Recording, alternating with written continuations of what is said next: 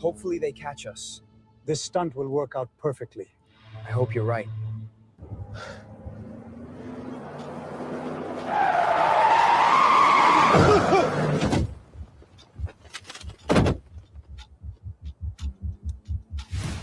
What are they doing? The rocket, it's moving. Hands up! Do not move! Please, we are unarmed. Stay still. Do not resist. Who are you? Where are you from? What do you want here? Get out now! We're just passing through! Out of the truck, hands up! Stop, don't! Please stop, we're Americans. Good to know. That's where you're going back to. Why? You're being detained for being too ugly while driving.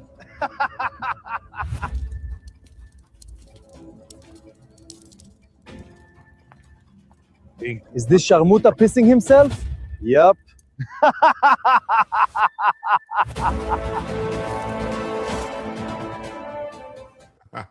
What's up, everybody? Happy Saturday night. The ad should be off. I was a little late getting them off at the start of the stream. Took me a second, but I apologize. I got some. They should be off. What's up, Dan? How you doing? Great to see you. None of your business. Awesome to see you. What the F? Awesome to have you here. Brian Ogden says, I need 3 vacations. I could use one. CF Rob, awesome to see you. Thanks for being here. Kimby, what's up with the PhD? How you doing? Sherry, how you doing over there, Miss Gatlin on there? How y'all doing? Critter Sitter says, oh, goody gumdrops. My popcorn's almost ready. Hit the thumbs up and don't let the popcorn get burned. That's what you want to do. What's up, Jonathan? How you doing? Kelly J's here. Awesome. Good to see you.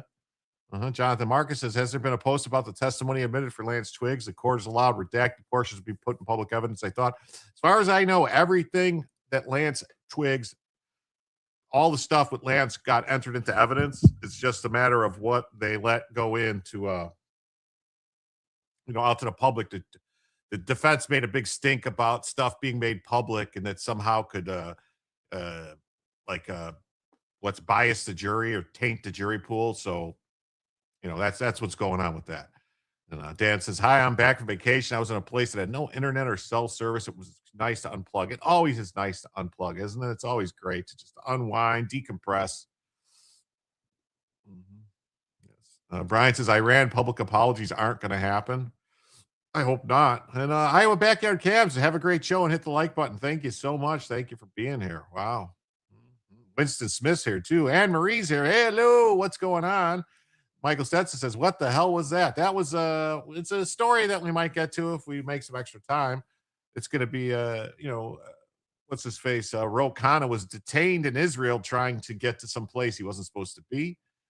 Sweet Daydream says, hello, family. Bellavision early.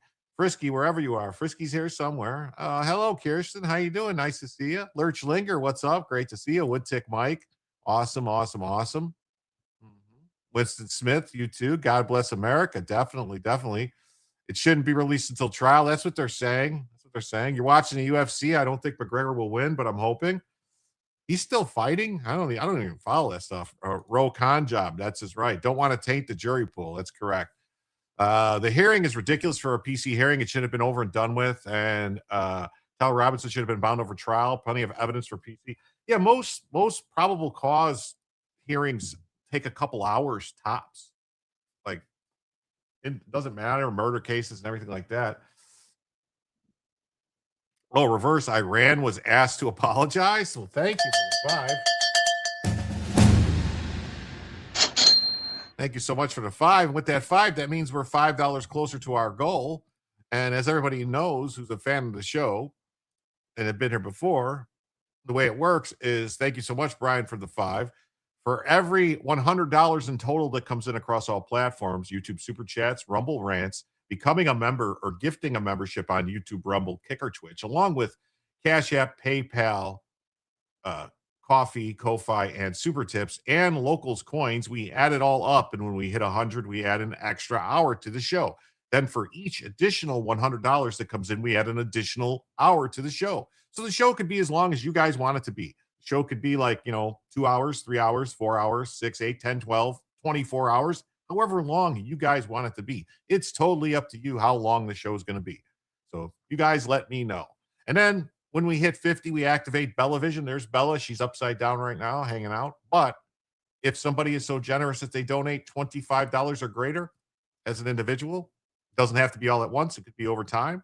We activate Bella Vision. And that could be like $25 in Rumble Rants, Cash App, PayPal, Super Tips, Super Chats, Locals coins. Or it could even be like, gifted memberships. 5 gifted memberships would automatically push it over the top. So thank you. Let's get going. Hey, I rule. What's up? How you doing? Thanks for being here. Goodness, so what? When do these people start being charged? I hope a lot of people start getting charged. I personally think there's other people involved in this. Like, I think Tyler Robinson shot, but I think Lance Twiggs knew what was up and was involved.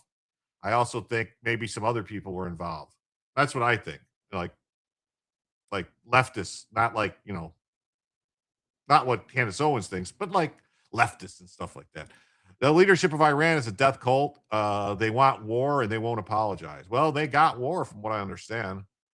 You're here because it's the best option. Well, okay. I don't know if that's a vote of confidence or I don't know. I'm trying to say, is that you standing in the mirror taking a picture with them high heels on? Hey, CF. Whoa.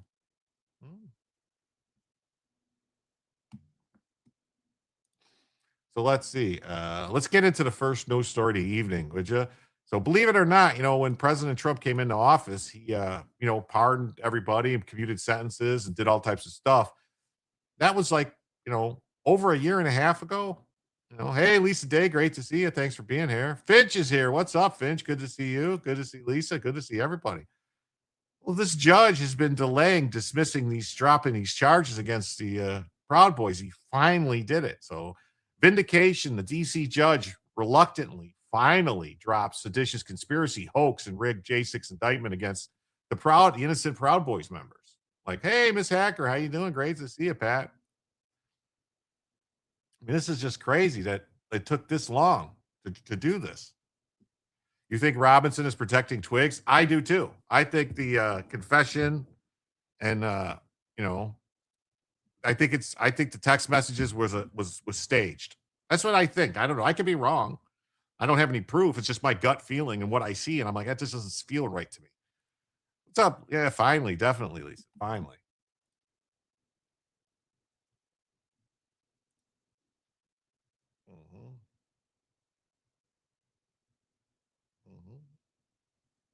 Here's one of the this is a different person. Here's a video of a different J6er that was assaulted in Minneapolis. Jake Lane. Sorry about that.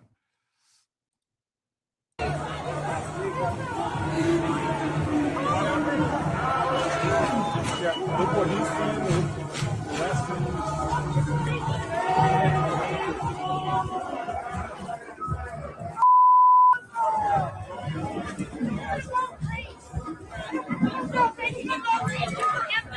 Religious you are. Nazi religion, we don't need it. I hope Jesus finds you. I hope hell finds you. I hope you get someone prays for you. That's the city. Don't touch our stuff. We have a right to stand and peacefully assemble. We have a right to peacefully assemble.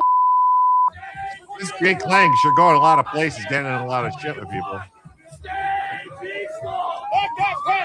Wow. Wow. So that's what's going on in Minnesota.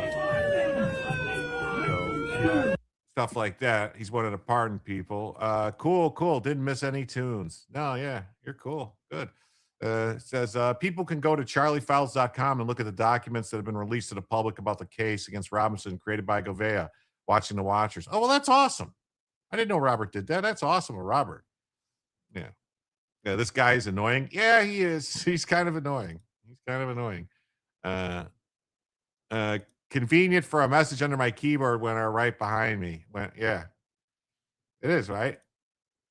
Like his story, like the whole thing about how he went to sleep after he found out what was going on. He just decided to go to sleep and then didn't wake up until later when, like, it doesn't make sense. You know, I think Twiggs knew about this and it's totally an accessory, but it was Robinson who pulled the trigger. Yeah. And I think he covered for him. Like, this was a whole thing. Like, I wouldn't be surprised if there was burner phones involved and other communications. It doesn't make any sense that they didn't speak. You know, like text messages, like it was planned out in such a way where it's like this kid, it wasn't just planned a week ahead of time. It wasn't. It was planned back when he got the month ahead of time when he got the Dremel and started carving in like, ooh, sees bulge, all that stuff. And hey, fascist catch and, Ciao Bella or Bella Ciao, whatever it was. America has a real problem with judges. No judge should have a lifetime appointment. Okay. There was a group, I think. Yeah, that's what I'm saying. I think it was a group of leftists, like Antifa types. That's what I think. Definitely premeditated. He got lost on his timeline. Yeah, it doesn't. His timeline was like, it's like, what? It's just, at least 2 months before. That's what I'm saying. It was a while. Like, I wonder, like, did they have evidence of him going ahead of time prior to the day of it and all that stuff, like on the campus and scoping out where different things were going to be? I don't know. So the Trump appointed federal judge on Friday, who just because he's a Trump appointed judge doesn't really mean anything, because this judge is like a real piece of work. He took the opportunity to take parting shots at Trump in this order, dismissing it. So he reluctantly dismissed the prosecution of the Proud Boys, saying the law left him no authority to block the Justice Department's request. Like, this should have been done a year ago.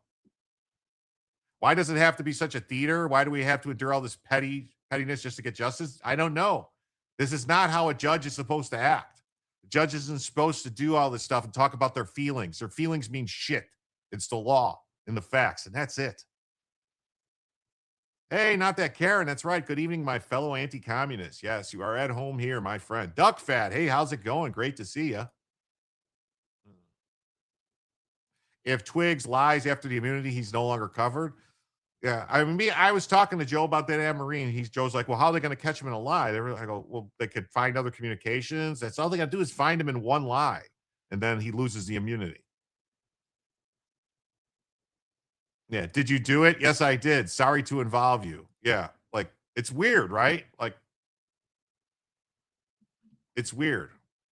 So Judge Timothy Kelly granted the motion to dismiss the case with prejudice against Ethan Nordine, Joseph Biggs, Zachary Rell, and Dominic Pizzola after a federal appeals court had already vacated their convictions.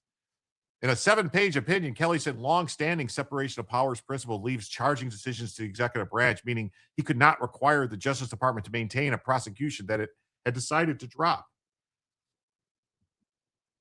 11 already? No, it's only 10:17. What are you talking about?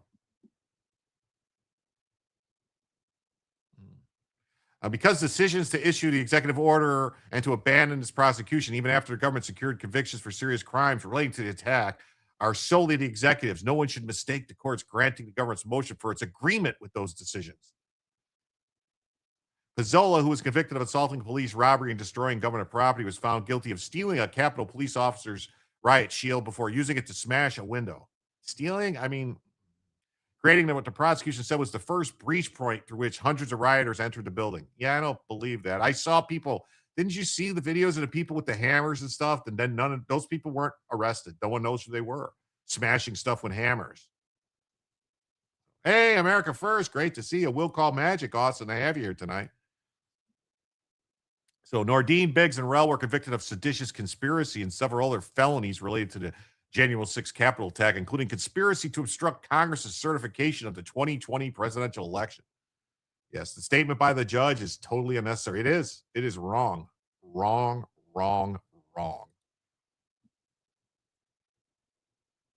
So, Justice Department first moved in April to vacate the convictions and dismiss the case against the four men, arguing that doing so was in the interest of justice in light of Trump's January 20, 2020, April of last year.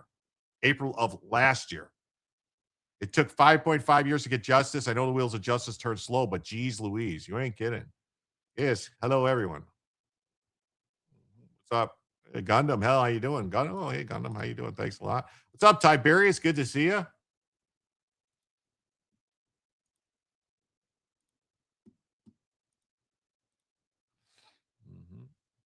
The executive order commuting the sentences and issuing full pardons to former Proud Boys chairman Enrique Tarrio and hundreds of other J6 defendants. A bit distracted. I borrowed kids. Oh, no problem. No problem. I thought about this when Left Eye burning all the shoes in the tub.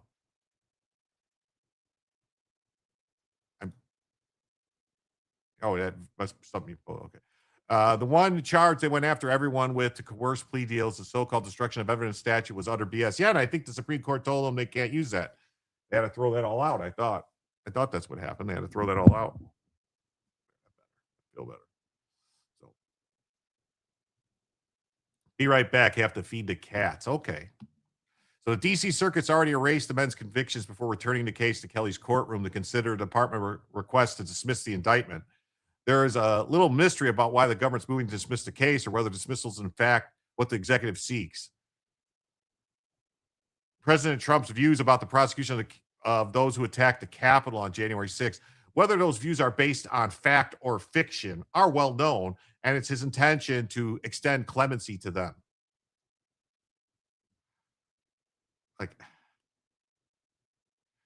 Kelly cited long-standing precedent holding that charging decisions belong to the executive branch. Yes. And that judges cannot reject a dismissal simply because they disagree with the government's reasoning. Don't go chasing waterfalls. Cats must be outside. Okay.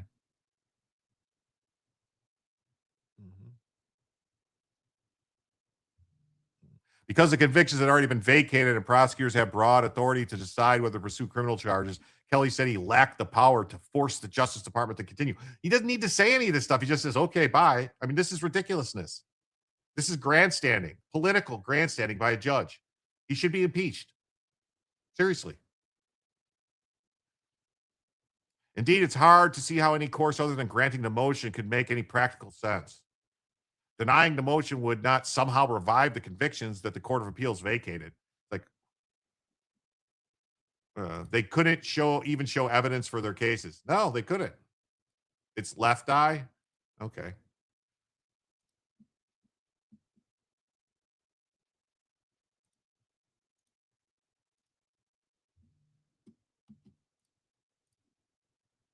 Nor would denying it mean a retrial would follow because the court lacks the authority to compel the executive to pursue a prosecution. Full stop. But especially when an executive order explicitly requires the government to seek dismissal with prejudice. Like, this is like ridiculous. Full stop. Any judge that puts full stop in anything should be thrown out of office. Who the F cares how you feel? No, they don't. Thespians all. Yeah, they all want to be Lisa Left Eye Lopez. Yes. He proves the old adage, it's better to be thought a fool than open your mouth and remove all doubt. Yeah. Totally. Kelly sharply rebuked the actions of the J6 rioters, calling it an attack on the people, Congress, and the Constitution's mechanism to facilitate the peaceful transfer of power. Yes, Justice Roberts needs to slap some of his buddies on the lower court. He's a great part of the problem. Yeah, you might say he's the biggest problem in the universe. Moving forward, if the nation's experiment in self-government is to last another 250 years, the American people, no matter their partisan preferences, will have to act together to preserve, protect, and defend the miracle through our constitutional framework. Oh, like free and fair elections that aren't cheated? Is that what you mean? See, that's funny. Most of the other unelected federal judges think they do have the authority to compel the executive. Yes. Hey, thanks, Rich. How you doing, Drunken Senpai, for raiding the stream? You too, over there, Simple Davey. Thank you so much for the stream raid. Thank you, thank you, thank you. I don't even say full stop. So immature. It is. It's crazy. Crazy.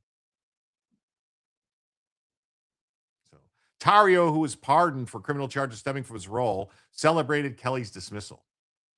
We took the worst they threw at us, the raids, the solitary, the lies. We stood tall. Trump dropped the pardons, and now the rest is crumbling. Justice is served. Proud Boys don't lose. We win. This is our victory. Thank you, President Trump. And you and all of you that fought for us. Hey, Jason Fisher, what's up? Happy Saturday. Hope you had a good day. It is a good day to be out of the office if you are in the IRGC. I think that's what he meant. Yes, raid. Raid.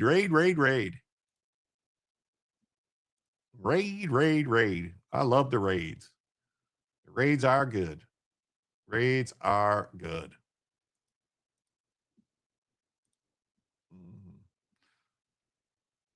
Yes, definitely. If you're on the Rumble or wherever, if you're in YouTube, follow the Off-Label podcast. Rich and Davey do a great show. They were both with me last night. Yes, from Off-Label podcast. Yes, I know. Thank you. The people at J6 should have smelled a rat, but also our government should be playing Reichstag games. No. Yes, we should all be Proud Boys. Yes. I should have wore my shirt tonight. I screwed up. Hey, B-Job Secure, how you doing? Hello there, Jim and Bella. Thanks to see you. How late am I? You're not late. There's still first story.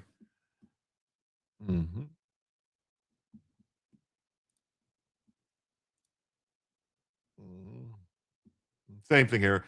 DC judge reluctantly drops the seditious conspiracy charges against the Ridge. Yo, what's up? Great to see you. Thanks for stopping by. Against the innocent Proud Boys. Joseph Biggs, Pizzola, Tario, Nordine, and Raul. Yes.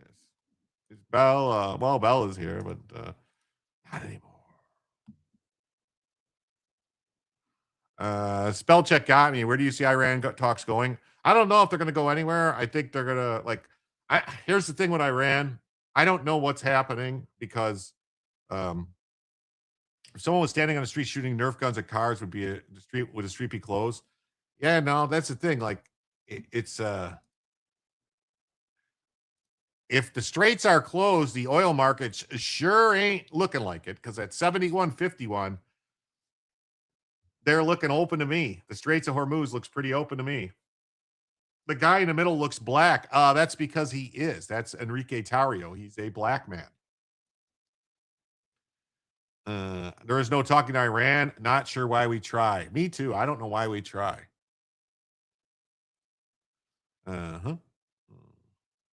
Why is gas up again? I don't know. It doesn't make sense. Oil's at 71.51. I mean, it's up like $3 a barrel from where it was down to 68 at the low, but it's been holding steady. It's been holding steady at around 70. Oman told Iran that if the U.S. shipping lane must be open. Yeah. We need to be refilling the strategic oil reserve. Well, we need to do it. We need to do it when it gets maybe a little bit lower prices. We shouldn't be doing it now to drive up prices. We need to wait till oil prices get a little lower. Iran holding out for the midterms. I think that's what they were trying to do. I think they thought the Democrats, the demon rats, and the rhinos were going to help them out and somehow do something like to stop Trump from doing anything. Yes, everything is worth what someone is willing to pay. Yes. That is true. Thank you so much, Tony, for being here. Iran shot their shot. Them saying it's closed over and over ruined the meaning. Yeah. Yes, exactly. So exactly.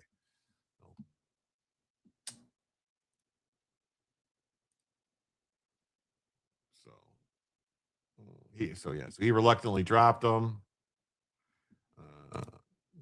Capitol riot judge agrees to dismiss the convictions of the 4 Proud Boys. Like he was trying to basically not do it.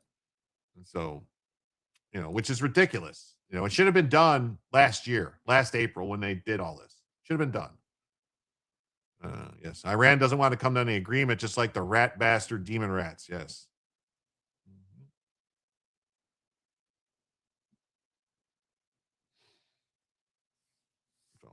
All right, let's get into the next story here. It says federal agents serve subpoenas on 4 New York Times reporters who published stories claiming that the new Qatari Air Force One lacks key security features. Well, does it? I mean, that's the question that I'm interested in. Does it? Does it lack key features?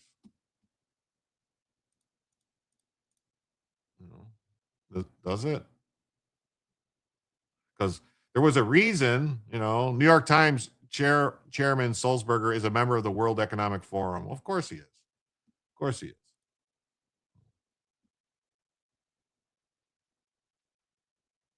So, but this is what everyone's talking about. This is the reason. All right.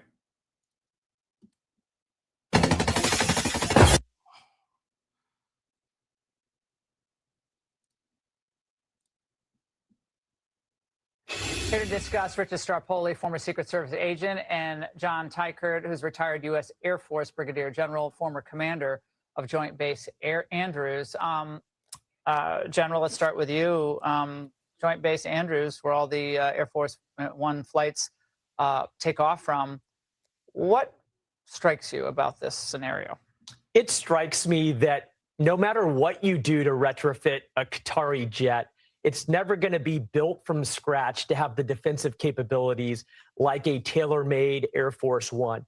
And so it's clear to me that the Secret Service gave some pretty good advice to the president that there is a real, specific, incredible threat, and he needs to have as robust and defended capability as possible, especially leaving Turkey yesterday. There was a report that it could cost $1 billion to retrofit this plane. Knowing what you know about these aircraft, could that be accurate? I think that cost is reasonable, but again, it goes back to the idea that you're never going to retrofit a plane to be as robust as if you tailor make it. You need sensors built into the plane. You need active defenses. You need hardening. And all of that really can come from a tailor-made, built from scratch plane. We're building 2 new Air Force Ones. They will have those systems, but a bolt-on system to a new Qatari's jet is not going to cut it. Rich, it seems that someone, of course, is talking to the New York Times, so it's good for the Times, but if Secret Service is leaking or someone in his military detail is leaking for whatever reason, maybe it's because they're concerned about the president's safety, is that a concern? It's a huge concern, Laura, but here again, the reason for all this speculation is because we have yet to hear directly from either the director of the Secret Service or the Secretary of the Air Force or both. I have no reason to doubt that plane, the Qatari plane that left to take the president overseas, was perfectly safe to fly. But to echo what the general said, it is nowhere near as secure as building a plane from scratch. And I find it hard to believe that the new plane had as robust a safety and security platform as the old plane. Given the threat level against President Trump, not just from the Iranians, but every day, day in and day out, it grows exponentially. Why would you compromise any safety to any level? Take the old plane. Bad call taking this new one. Well, General, there was a lot of concern about this. It's a beautiful plane. Obviously, it's gorgeous. I mean, I'd love to see it, see how it flies. But having been on that second deck where you see the young officers and flight details, and they're so locked in, it is a bit of a tough one, is it not, to have a plane built by a foreign government that is carrying our commander-in-chief. That plane was not built by a foreign government. That plane is a Boeing 747. It was built by Boeing. And I'm pretty sure when the plane came from the whatever, from the Qataris, that it got ripped apart by the U.S. military, whoever, stripped down, and whatever they do, they did. Like the military, they do this. I don't know. I mean, this doesn't make any sense to me. It really doesn't. The way they're making, like, they think that they just gave them the plane and nobody looked at it. They didn't pull it apart and pull all the wiring out, strip it to the bone. We should tell Iran we will end the war when we get oil from them to refill our strategic reserve. And we won't pay them a dime for it. Well, that would be a good idea. I could go for that. While I wait for the right person to buy my house. Okay. You learned a lot from the $1 million listing. Okay. So with this logic, the Dems lefty should be happy that the high price will stop people from driving as much. What happened to saving the environment? Yeah. The cardboard leader, who are they trying to kid? Oh, yeah, Biden. Caitlin Wallace says, guys, we don't get our oil from Iran. The gas prices went up because the big oil companies realized most people will think it's because we are striking Iran. You know what? There is some thought to that. And I believe that Trump told the DOJ and them to start looking into what's going on, why the prices aren't coming down. So that's good. Thank you so much, Caitlin. And Schmeckel says, all the mainstream can S my D from the backside. There you go, Schmeckles. So did they send the old Air Force One to Turkey the same time as Trump went to Air Force One? Yes, there was, both planes went. They always travel with two planes for the president. There's always the one he's on and a backup. There's always a backup plane. There's always two. So they just said, when we leave Turkey, get on the old one to go to England. And then once we're in England, you can get on the new one. So who knows? Maybe there was some kind of countermeasures or something on the old one that wasn't on the new one. I don't know. I'm not sure. I don't know, because I don't know what the things are. And Dan says, for 20 to make up for the past 2 weeks. Thank you. Wow. And with that, I'm going to activate Bellavision. Thank you so much. So that means right now, folks, we are just 75 away from adding a first additional hour to the show. Thank you so much, Dan. So very generous of you. Yes, yes. Yeah, he checked it twice. Definitely. These days, I don't know if I trust any plane from Boeing either. Trump is not stupid. Yes, get premium biltong meats from Biltong USA. Use promo code Jim for 10% off. That's right. If you guys are feeling a little peckish, you need a little protein, you're a little hungry, you'd like to check out some really good meats, go to www.biltongusa.com and use promo code Jim.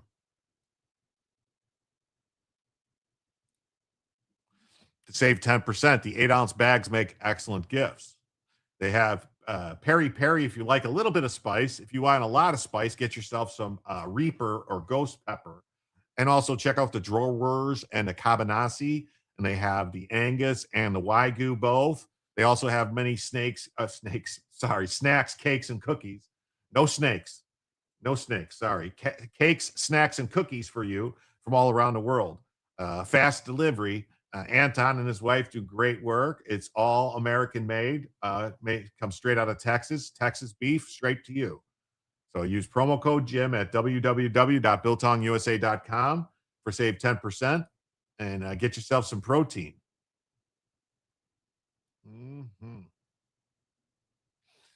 When the rest of the world's oil supply is affected by a cutoff of oil from Iran, then that causes a domino effect where it does affect gas prices here because we have to pick up the supply. Yes, our prices have gone up here because we've been supplying our oil out to other people and our natural gas. That's why our electricity prices went up in 2022, is because of the invasion of Ukraine, right? Yeah, 2020, 21, 2020, whenever they went into 2021, 2022, whenever they went into Ukraine, our electric prices spiked because natural gas we started selling to Ukraine, all over Europe and Asia, and then that affected our prices because supply and demand. There was higher demand for our natural gas, so we had to pay more here. That's what screwed us. So law of supply and demand applies. That's correct. I feel like this is making it a target. It should also make me wonder why we want them in the old plane. Trust no one. Yeah, no. Maybe the deep state got the new plane and sabotaged it. Hey, Kofi, what's up? Great to see you. Thanks for holding it down on Kick. Trump dumped 150 million barrels on the market when he opened the Strait. That's what brought the price down. Where do you think all the confiscated oil went? I don't know, Lisa. I mean, I think there's still oil coming through, though. Am I tripping, or did we already have Bellavision? No, we got Bellavision. Thank you so much. Hey, look at this. America First for 20. Thank you. Thank you so much. That means right now we're just 55 away, folks. Just 55 away from adding a first additional hour to the show. Thank you all so much for being super generous tonight. Will we see moves on Carg Island? I hope so. That's right. And Michael says, Biltong USA has so many connections here. You can type in almost any name and probably get 10% off. Jim, Robert, Viva. It's a very good dough. I bought some before. Yes, there's also, Robert. There's also Nose. There's also, who else is there? There's a bunch of people. Got the Biltong. Nose is Rackets and other people, yes. I thought they were leaving prices up to mess with the midterms. I think they might be. They're trying to. Snakes. Why did it have to be snakes? Yes, that was, yes, I screwed that up. And the increase of Venezuelan supplies on the market. Yes, and the Venezuelan supply is increasing. It is increasing more. Snake snacks, yes. Yes, they slithering snake snacks. Yeah, for Slytherin. Yeah, Harry Potter loves the snake snacks from Slytherin. Oil prices are based on the market. Gas price is priced at what it costs to refill the station tanks. Yes. Snakes on a plane. Yes. Why is the motherfucking snakes on this plane? Hey, Silver VTech, great to see you, bud. And that's one of the reasons why our strategic oil reserve is at all-time lows. The biggest reason was Biden emptying it after canceling the oil pipeline. Yes, Biden emptied it big time. And then when, Trump wanted to refill it, all right, Trump can't refill it on his own. Congress has to authorize the refilling of it, like a certain amount or whatever. I think they can only do so much in Congress to put the money up. But during COVID, when oil prices were below zero, they were during COVID when everything was shut down, they were basically telling people take oil for free, tanker shipments for free, because they had nowhere to store it. They had all this oil, futures plummeted on oil. They should have took all that oil and pumped it into the reserve. That's what they should have did. I don't know why they did it. I don't know. I don't have an answer why in 2020 they didn't just max out the oil reserves. That would have made sense. In 2023, gas was slightly below $6 a gallon the entire year in northern central Ohio. Yeah, it was crazy. Don't forget the code GINA as well. Yes. The pipeline was also hit from Russia to UK. Yes. That's why we had to start selling our natural gas big time, because that was a natural gas pipeline. I didn't have to know one has to, so if you could please contribute and help Jim out. Oh, well, thank you so much. Definitely help Jim out. Definitely. I appreciate that. What's up, Catherine K? Good to see you. B-Job Secure, good to see you. And no, not no.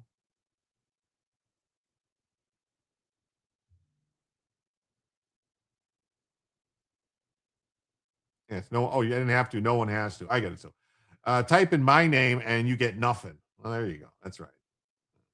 Asps, very dangerous. You go first. I know this Raiders of the Lost Ark jokes. Thank you. Venezuelan oil is necessary for making shipping diesel. Just carry mothballs in your pocket. Snakes are repelled by the smell. Okay. Gas is also priced based on proximity to a freeway and off-ramp, apparently. Yeah, they do weird stuff. Each state has an oil reserve. Google it. Really? Well, they should have all filled them. What's up, Margie? How you doing? Great to see you. Just heard about the 61-year-old man almost got sucked out of a plane going to Germany when his window got hit by an engine part or something. Is that the Ryanair one? I wonder if that's point of sale pricing. Yes, it's terrible. Is that the Ryanair one? Is the security requirements airborne for the president of the United States are unbelievably robust and require You like resilience. that word, robust. I It's do. a drinking game with you. I'm going to have the kids across the okay every time. No, I'm just teasing. Sorry. No, so I just think about how you need to be able to see everything that's going around the plane to sense what is coming up against you as a threat. You need to have electronic warfare systems and directed energy systems and expendables, and then be hardened sufficiently against physical threats and electromagnetic threats. And a Qatarese plane that has these bolt-on capabilities does not have the robustness, my favorite word, as the original Air Force Ones. Richard, President Trump is very locked into his own safety. However, do you doubt that this plane will get retrofitted? It will be secure in the end, regardless of what it takes. Yeah, but why would you do that, right? We're the United States of America. We've got Boeing sitting in Washington. Why are we retrofitting anything? It's like buying a used car. get a brand new plane, start from scratch, and put in as robust a platform as you possibly can. All the drinks are going. That's what we need to. That's what we need to secure the president of the United States. Uh-oh. Yeah, so the Trump administration subpoenaed several journalists from the New York Times after a report about security concerns over the president's new plane. How do any of us know whether or not that plane is equipped with means to protect it? Well, none of us do. Well, that's what I think they want to know, where these reporters got the information from. You know what I mean? Because some of the reporters are reporting this. They're like, well, who told you that? If it's true or not, if it is true or even not, it's still like would be like top secret, like information that people, whoever leaked that out, should probably be in trouble. The mainstream media are both sides are nothing but sacks of shit. Yes. A plane is not the same as a used car. True. Hey, Red Alert. How you doing? Great to see you, Red. But he still has to get around, and it's built. Yes, definitely. Directed energy systems do exist. Yeah, they want them on a plane. Planes, trains, and automobiles. The legal action comes after the new jet, a newly retrofitted, so it says it's a retrofitted Boeing 747-8, Series 8, given to Trump by Qatar, took its inaugural flight earlier this month. Subpoenas were issued to the journalists identified as Eric Lipton, Julian E. Barnes, Tyler Pager, and Eric Schmidt on Friday, and seek to require those served to testify before a grand jury in Manhattan federal court on Wednesday. What the media is doing is trying to make the plane a target. Well, yeah, that's what they're probably trying to do, is probably trying to say, hey, you could probably shoot it down if you try. It doesn't have the stuff it needs to protect it. Yep, you agree. That's what they're trying to do. It's called stochastic terrorism. So the Times added that the federal agents delivered some of the subpoenas directly to the reporters' homes. Well, yeah, where were they going to deliver them? To the reporters', bathrooms? The appearance of federal law enforcement agents on the doorsteps of news reporters should shock the conscience of any Americans. No, it shouldn't. Where did you get your information? If you thought the Iranians might try to attack the plane, wouldn't it be a good idea to leak that he's going to be on the other plane? I don't. That's what I'm saying. I don't know where. I don't know. I agree with what you're saying. They shouldn't have said anything about it. But I think it's possible that. I don't think they said anything about it before it was actually done, before they switched planes. No. So Susan DeCarva, president of the News Guild of New York, which represents journalists, blasted the legal action. We support our members of fullest to fight to protect the integrity of the reporting, their ability to do their jobs. A free and independent press is essential to the functioning of a democratic society. Yeah, but you can't be leaking secrets. Representing the only industry specifically named in the Constitution. It is our job as a union of journalists and the media workers to protect our members' ability. Well, see, no, it's not an industry. The media is not supposed to be an industry. It's people. I'm a journalist right now. Poor journalists. Yeah, definitely. Lucy Lips got some splaining to do. That's right.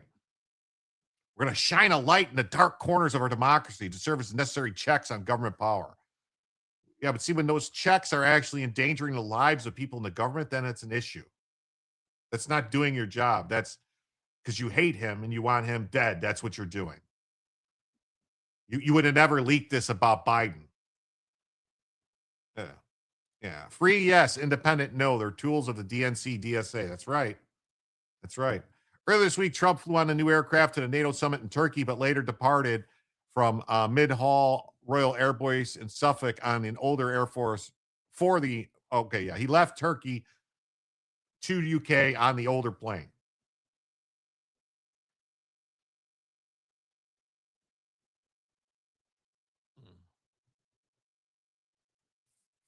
The Qatari gifted plane also flew to Middle Hall, where Trump then moved to the aircraft for his flight to join Andrews. But he flew on a new one. In an article published earlier this week citing anonymous sources, the Times reported the last-minute swap was made under the recommendation of the Secret Service. So that's the thing, is somebody from the Secret Service is leaking stuff. Don't they realize they're putting their own lives at danger? I don't know. You never let your enemy know how and that you got the information. Yeah. They're too stupid. An article, Published earlier this week, citing anonymous sources at the time, said the last-minute swap was made under recommendation of the Secret Service, adding the $400 million retrofitted jet did not possess specific security and countermeasures technology. The switch came as the U.S. launched airstrikes on Iran and Tehran after the ceasefire with Iran fell through, prompting questions about the jet because Turkey and Iran share a border. So Trump has since dismissed any security concerns, instead posting on True Social that the middle haul stop was conducted so service members stationed on the base could view the new aircraft. According to the AP, when asked on the flight if the plane swap was made in response to security concerns involving Iran, Trump said, "I have a threat all the time. I'm number one on their list." Didn't Obama arrest journalists? Yes. Yes, he did. Yes, he did. You view this as treasonous. So do I. I'm sick of anonymous sources. Yes. In a statement, the Justice Department doubled down on illegal escalation while vowing that reporters are not being targeted by the administration. Every administration has addressed the crime of leaking national security information. They're not going to arrest the reporters for the report. They want to know who told them. The person, whoever told them information, broke the law.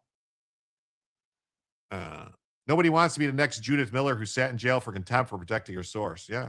Well, there's Catherine Herridge is being fined $800 a day until she reveals who gave her some information about some Chinese woman by the Supreme, the courts are doing it. Good thing he has more than one plane. Yeah. Air Force One is a military plane. The leak could have originated from the Pentagon or a military contractor in addition to the Secret Service. Yeah, it's possible. To be clear, reporters are not targets. Those leaking the classified information are. We value and appreciate the important role the press plays, but the DOJ plays an important role to make sure that people who are entrusted with our nation's secrets do what they're supposed to do with the information, which means not sharing classified information. Barry is special, so no big deal. Yeah. We recognize there may be a natural tension there, but we are not going to ignore the law and stop investigating the people who work in the administration and think it's okay to leak classified information impacting national security. Top security clearance means shut up. Just ask cuckoo ka-choo. That's right. That's right, Lynn. How you doing? Thanks for being here. Could be that someone in the media is just making up BS about the plane. It's possible. It's possible. It is. That's possible. Maybe this is all because they know it's bullshit and they want to get them caught in saying that they made it up. I mean, anything is possible at this point. So let's see. There was a thing where it said Trump talking about it. Trump explains why he's flying back on the. Trump explains why he's flying the old Air Force One. Here it goes. Okay.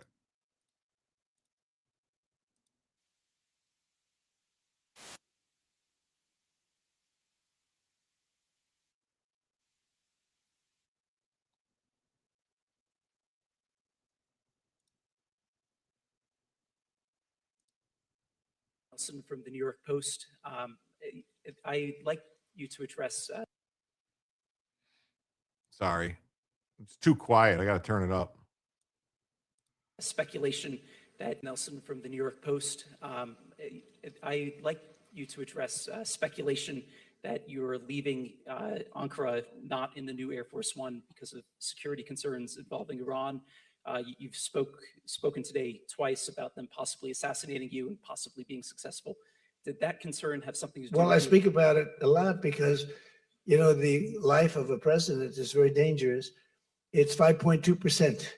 You know what a race car driver is? 1/10 of 1%. A bull rider, that looks pretty dangerous. It's 1/10 of 1%. No, it's 5.2% is you don't make it. You should have told me. You're an excellent reporter. You should have told me that years ago. Maybe I wouldn't have run. It's a very dangerous profession.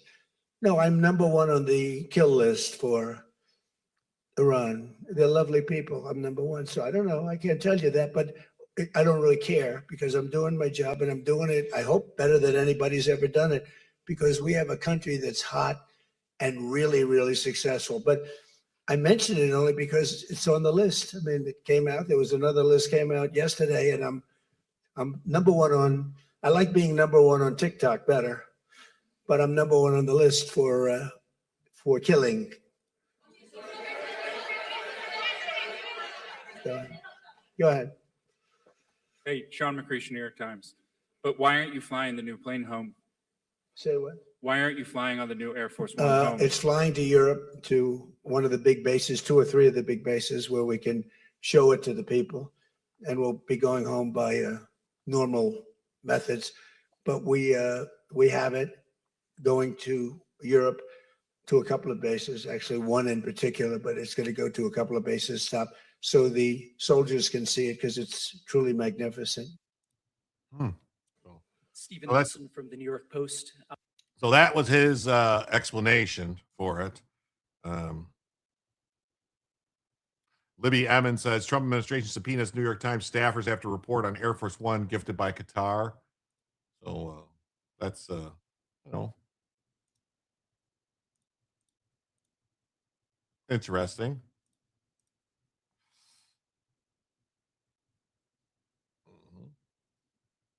Let's see here. What's people saying? The Fox News reporter James Rose's parents were investigated by Obama. Yeah, they were looking at anybody. Ignore law. What about Constitution? Just saying. Yeah, no, the Constitution has to be followed. Do not trust anything coming from the mainstream media ever. Barry legalized propaganda on citizens. He sure did, Quake Ranger. Issues only matter when servants' butts hurt. That's right. New York Times reporter sources were themselves manufactured story. They're checking it out for a reason. It's possible. Maybe they sent it there for someone to look at something. The media is absolutely obsessed about Trump getting this plane from Qatar. Yeah, it's very weird, isn't it? Very weird. So, very weird.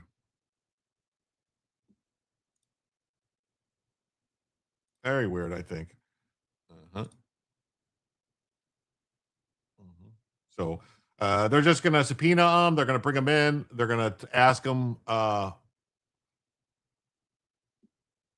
what happened, why, where they got the information from. And if they refuse to give it, they could be held in contempt. That's what's going to happen. They're going to get in a grand jury. They're going to be told they have no choice but to answer. They'll be held in contempt. They'll get fined. They might get put in jail if they don't answer. Yeah. So, I mean, that's just the way it is. That's the way it's always been. Is anything Trump is always bad.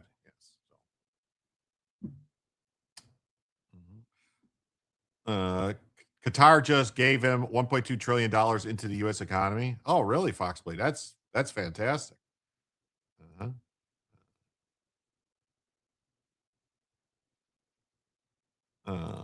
Indiana Lieutenant Governor demands ban on mosques blaring. Well, that's a good idea, I think. I'd like him to ban mosques blaring the call to prayer. Something that I get.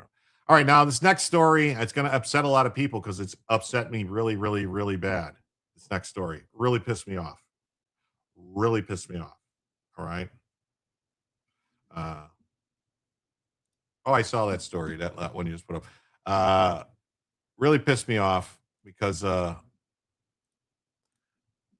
they just got all the TPS canceled, all right? And they're supposed to be getting the people out of the country. And then, lo and behold, the Trump administration delays the shutdown of the Haitians' temporary protected status all of a sudden. I mean, this is a betrayal, in my opinion, basically giving them a couple more weeks of work permits.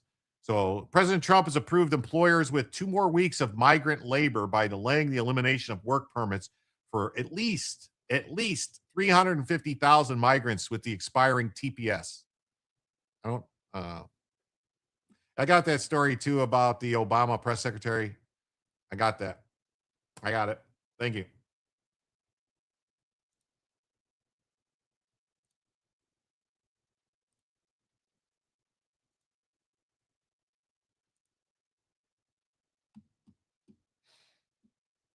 Work permission will now expire for Haitians with temporary humanitarian protections July 24th, according to an update from USCIS services. We've had enough. Yes. Why? I do not get it. I don't get it either. I don't understand. This is a betrayal, if you ask me. Work permits for TPS holders from Myanmar, Ethiopia, South Sudan, Syria, Yemen, and Somalia will end next Friday. Industries from nursing homes and hospitals to schools and airports that employ workers with these protections are scrambling and pleading behind the scenes for relief. Some employers have begun terminating TPS holders before today, according to labor organizations and unions. Start replace them. Start hiring Americans. Go to high school. Start hiring high school kids. There's a plenty of 20-year-old. There's plenty of kids, American-born kids that could take those jobs, make that money, and buy houses and do things. So maybe hire them. I don't think it's good. 1.2 trillion into our economy is Qatar buying U.S. assets, creating proxies to use. Oh, I thought you meant they were just like investing money into something. I don't know. I'd have to look more into it. Nobody wants to be the next Judith Miller who sat in jail for contempt. Those New York Times have no principle to stand on. They liberals. Yes. Because maybe Trump doesn't want to have a big of a shock for layoffs. He wants to spread it out. It's possible. It's possible. They've had enough time to send out new hiring jobs. Yeah, I think they've had plenty of time, though. They really have. I think they've had plenty of time. They knew this was coming. They knew this was coming. They should have been on top of it. You know, they can just hire people. You know, I think. You know, who am I? I'm just some guy on the internet. The employers took the risk. They've already reaped the rewards. I do not feel sorry for them. Me neither. So I'm saying, just make my drink a double. Yeah. I don't think this should, I think they should be immediately kicked out. You know, go home. Go home.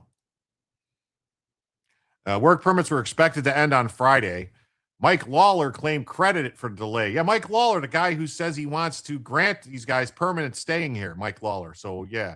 Following my conversations with President Trump and Secretary Mullen, who I always knew Secretary Mullen was a problem, I'm grateful they took this important step to temporarily extend the work authorizations for the Haitians.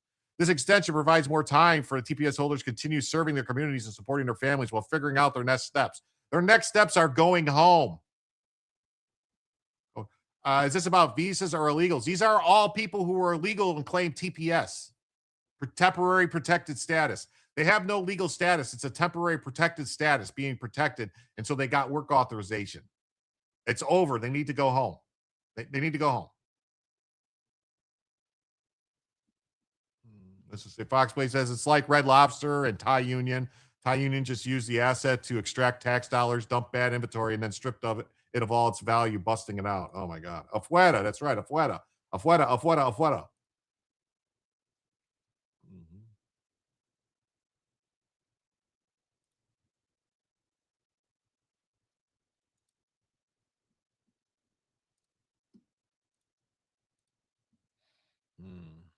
This is crazy. It reflects practical common sense approach I've been advocating for. One that recognizes the president's ability to terminate TPS while supporting the folks who want to stay in the U.S. illegally. They all want to fucking stay here. No, they have to go. They have to go. They all want to stay here. Expired protected status. That's right. Microsoft laying off thousands of American employees and hiring 20,000 H-1Bs. That's what I'm saying. This is ridiculous. I can't stand it. I'm done.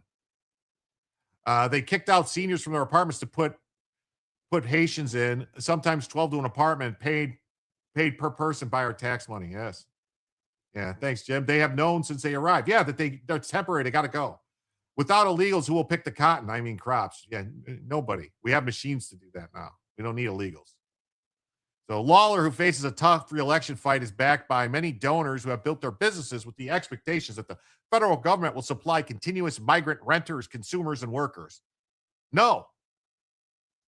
Delay is good for employers. They gain extra profits from the extended use of cheap migrant labor compared to hiring Americans at market rates. And then people wonder why we got a bunch of people talking about communism and the DSA and shit, because their jobs are all being taken by these fucking migrants. The problem is that they don't realize that the DSA and those groups want to bring more in. Well, temporary in the past meant at least 10 to 20 years. Yeah, well, not anymore. Any delay is good for it's good for the employers. The shift from TPS workers to Americans will be painful and chaotic for on-site managers. In Massive Two Shits, a Boston Globe article in June described one employer who has laid off 130 aliens. It's not like these folks were taking jobs that Americans would be doing, said Chris White, who has to increase overtime pay and bring in temporary relief staff to keep from cutting services. Really? Americans wouldn't do these jobs? Really? Yeah, temporary. Yeah, I know. Temporary. I know. The employers are hoping for a TDS judge to play with an injunction. Just a piece of shit move. Well, that's the thing. Like, what injunction? They were already told. The Supreme Court knocked all this down. It's a globalization right under our noses. Framing is the trick. Our assets are being carved up and sold out to the world's highest bidders: China, India, Abu Dhabi, Germany. They're eating the dogs. They're eating the cats. Yeah, remember? How would he know? Did he try to hire Americans? Yeah. So delay also gives employers time to transfer migrants into fly-by-night staffing companies. The staffing companies can provide migrants with fake documents that serve as a legal shield for the employers who do not want to hire Americans. Go figure. Holy crap. I can't believe Instagram died after just 1 hour tonight. Wow. That's horrible. Oh, well. Sorry, Instagram. Nothing I can do about that.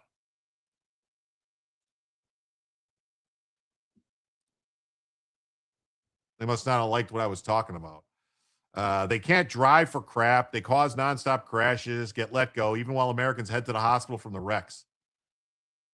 And guess who gets the insurances raised because of them? We do. Yes, they all have to go. No 2 weeks notice. That's right. Afuera now. Afuera. The extra time will allow for a little more lobbying and additional Trump concessions that could help workers on the job for more weeks. This is going to piss me off, all right? I'm just saying, this is really going to piss me off. It's so funny. I've always pronounced massive two shits the way Jim does. This fits right in with the crappy cars and houses being built. Oh, yeah, let the illegals in. They're making us better. Yeah, fuck that. No, they're not. The Abu Dhabi Investment Authority owns parking meters in Chicago, for example. Brazil owns JBS and National Beef and engineer supply shortages and manipulate prices. Yes, there's a bunch of stuff going on with that, too. They've been looking into it. You're beginning to think Trump is too big of a pushover? He better wake the fuck up, man, because he's going to lose people. These RINO Republicans, you don't want to lose people like me. That's all I'm saying. I know that was sarcasm. I know. Trump was elected with popular mandate to enforce the nation's immigration law, but he has zigzagged to make pressure from businesses and directives and enforcement officials not to detain many illegals working in the nation's agricultural, hotel, or restaurant sector. Yeah. Do not pass go. Do not collect 200. Go to Haiti. Go directly to Haiti. That's right. I'm not happy about this at all. At all.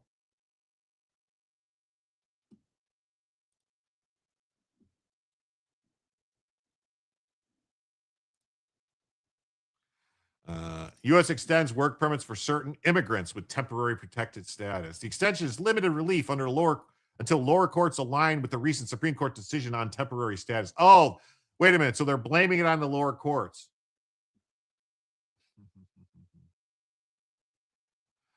Get ready for more. Microsoft and Xbox have fired 5,000 American workers. Yes, I know. In Pennsylvania, my sister's retired. She says they are all up all night yelling and screaming. There's garbage all around their houses. Yeah. The federal courts haven't helped all the obstruction from unelected activist judges. Trump just wants to be liked so badly, he doesn't seem to understand there's nothing he can do. Saudi Arabia is buying EA. It goes on and on. If you're familiar with Curtis Yarvin. Oh, yeah. What's his? Mencius Moldbug? Is that his name, right? Curtis Yarvin, Mencius Moldbug? Is that his name? Is that his name? Mencius Moldbug? This is his idea and plan they're putting in motion. Wow.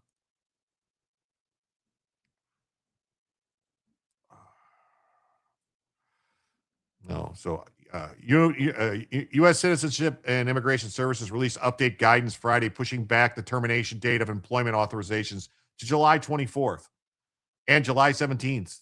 So July 24th for Haitians, July 17th from Ethiopia, Syria, Somalia, Yemen, South Sudan, and Burma, known as Myanmar.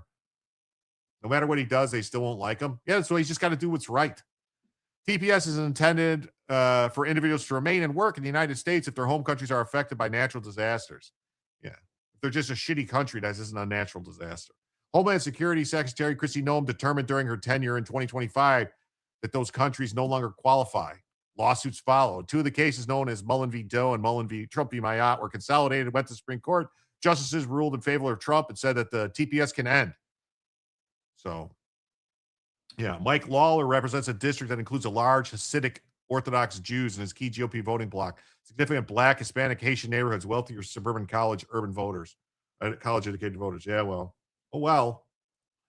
I think Trump just threw Lawler a bone. 2 weeks isn't much compared to decades, but no more. As I'm saying, it better not just keep extending because I'll be pissed. So it says they said the extension is limited relief until the lower courts align with the Supreme Court's favorable decision. So what if the lower courts just drag it out, they're going to keep blaming on the lower courts?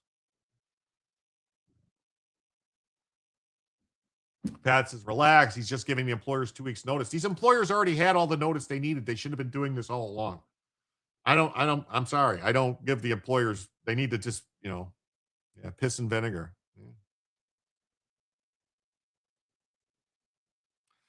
So him, Larry Ellison, Peter Thiel, Elon Musk, other tech CEOs and U.S. politicians are part of a group called Dialogue. So, work authorization for 300,000 Haitians living in the United States, living and working in the United States, were set to expire on February 3rd. But the District Court of Columbia granted a stay on the termination date. So they knew that they were going to expire on February 3rd. I really haven't seen the mass deportations that we were promised when he was running. Yeah. I was hoping to get like 5 million a year out. That's what I was hoping for. 5 million a year. They never should have been here to begin with. More time to line up the planes and the cruise ships. Maybe. Sax and violins. Yes. Courts have no jurisdiction. That's right. Similar events played out in other immigrant groups. Burma's termination was slated for January 26th. An order from the Northern District of Illinois postponed that. South Sudan was January 5th. That was stayed. Like, all these people knew this was coming. They should have known it. Until we vote the problems out at the midterms, these judges will continue. Only impeachments will stop them. Employers should have been prepared. They knew when the Supreme Court ruling was coming. Yeah. Supreme Court ruling was over a week ago, wasn't it? Wasn't that last week? Right? It was a week ago Thursday. Judicial activism and lawfare will end when tar and feathering comes back into vogue, or impeachments and good behavior measures revolution improves high fructose syrup. We aren't that mean. Yes. I don't know what the high fructose syrup has to do with it, but whatever. So yeah, all these people, the Yemenis were supposed to be terminated in May. TPS was supposed to be March, but 4 days before, District Court of Massachusetts stayed dead. It's just been a nonsense thing.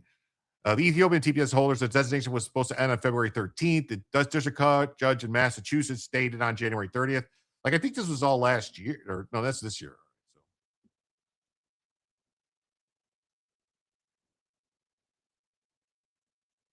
People are getting laid off old, but not enough to retire. Yeah. What did Amory put in here?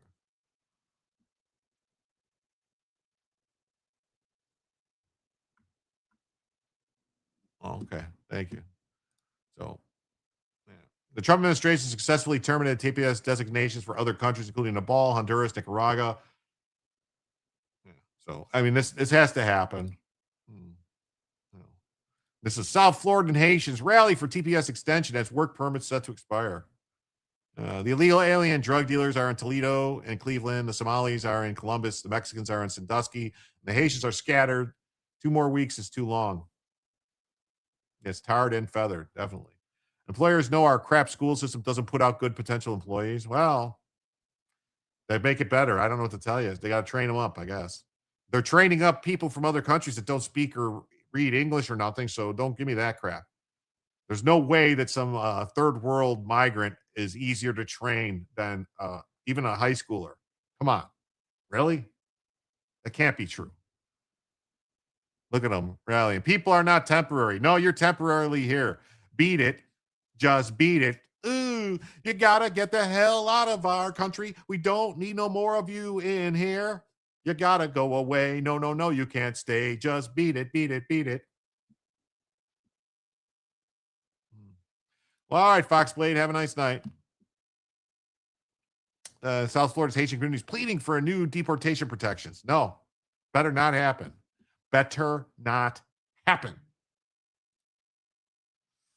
So, all right. Next story is the U.S. seeks free Strait of Hormuz access from Iran as talks focus on the waterway.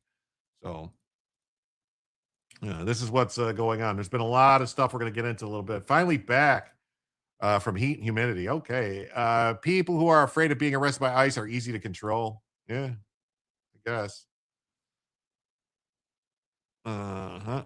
So Iran's foreign minister Abbas Araghchi and his Omani counterpart on July 11th discussed arrangements for safe passage of ships through the straits as Washington seeks a public pledge of free, secure transit.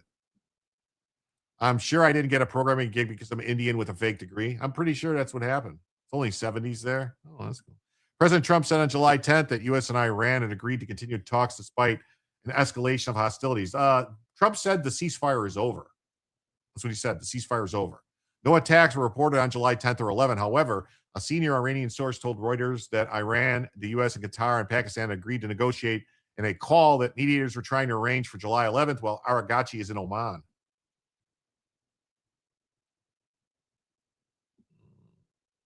I need more ice baby t-shirts. Yes.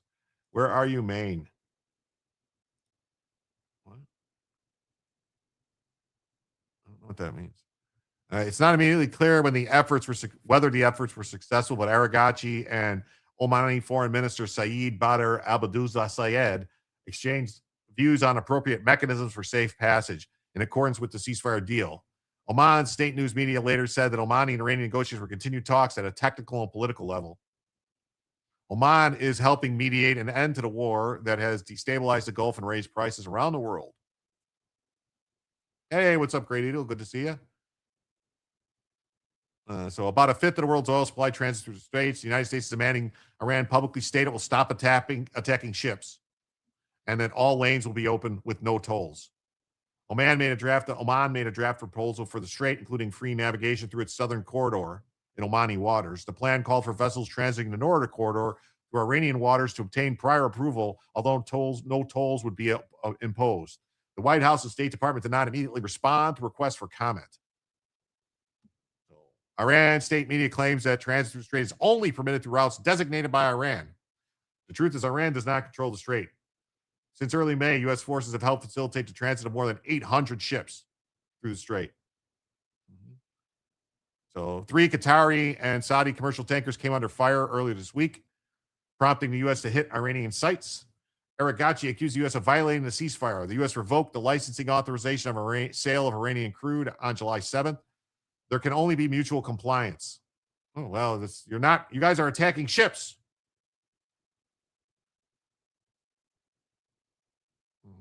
While Iran's not claiming responsibility for the ship attacks, analysts say Tehran uses such actions to gain leverage in negotiations. You think Supergirl is hot? Good for you. Safe passage is only assured by bombing Iran into oblivion. Yes. Everyone prepared to not go see the Odyssey. Yes.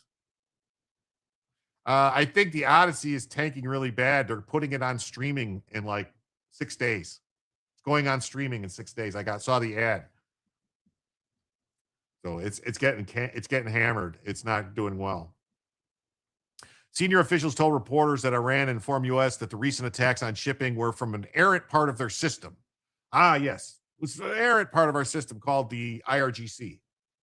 Comments that appeared to be aimed at calming tensions. The flare-up cast further doubt over the future of an interim agreement. The Islamic Republic has asked us to continue talks. We've agreed to do so, but the United States has stated to them in no uncertain term that the ceasefire is over. Iran threatens to avenge the Supreme Burrito. A written statement from the new Supreme Burrito threatened vengeance for the death of his father. You killed my Faja. I will have my revenge. They must like losing money. They're going to keep losing. Tusi TV showing many areas around Iran bomb. Yes. My pit followed kids around all day in the pool on a trampoline. Back in the pool all day. She's passed out for the night.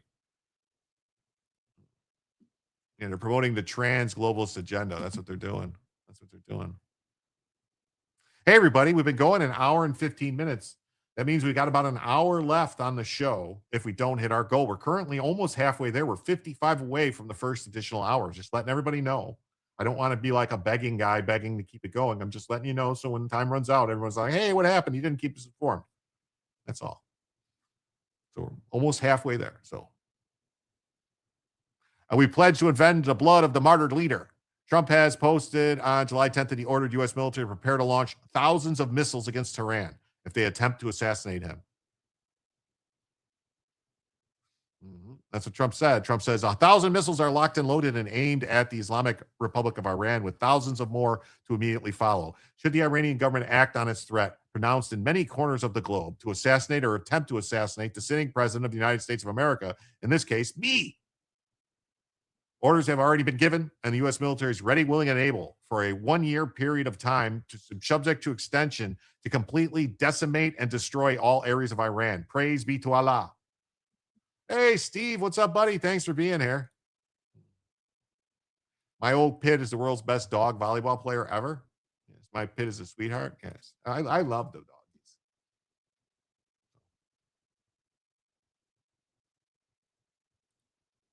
To me, I think it's over. I don't want to deal with them anymore. They're scum. You know what scum is? They're scum. They're sick people. They're led by sick people. And they're vicious, violent people. And if they had a nuclear weapon, they'd use it. As far as I'm concerned, it's over. I don't think they know what the hell they're doing, but they're bad people, very bad people. I think they're incompetent, by the way. Because if they were competent, they would have made a deal a long time ago. Like, how about 47 years ago? Yeah, 47 years ago. Wow. The Wall Street Journal, other media reported this week that Israel shared intelligence with Washington that Iran recently devised a plan to assassinate Trump. So, had a huge crowd of mourners packed the courtyard bearing banners, "We will kill Trump." So that's that. You know,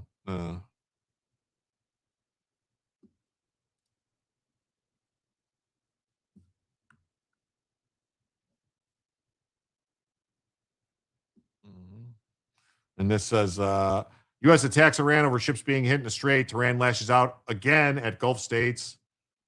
Says the Gulf is closed. Well, it's not closed because I showed you the oil prices. The Gulf's clearly open. So Hexa throat. Iran made a poor choice. Now they pay. UAE warned the public Sunday of incoming missiles and drone attacks, and explosions can be heard in Qatar. It's Sunday right now in there. So it wasn't immediately clear what locations were under attack in UAE.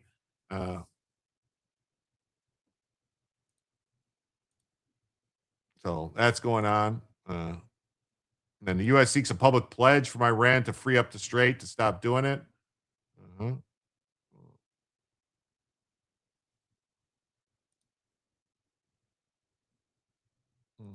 This is the story. U.S. says Iran. We have 1,000 missiles locked and loaded to destroy Iran. So the warning comes amid chants and banners. We will kill Trump. We will kill Trump. There are also signs and banners. So this is what's going on.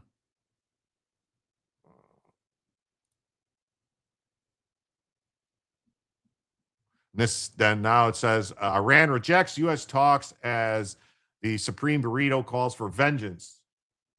Iran has thrown Trump's ultimatum and Saturday deadline right back at Washington, saying that instead it is the United States that first must meet upon agreed upon conditions. Oh, no, it's not you. It's not us. It's you. Iran is going to end up against the art of the deal guy. Is going up against the art of the deal guy. Also, why would we constantly changing rhetoric and military actions from Trump? I don't know. The ship tracker app showed a lot of ships moving out today. That's what I'm saying. The ships are moving. We all know the IRGC is like Adolf Hitler era there now. Yeah. Well.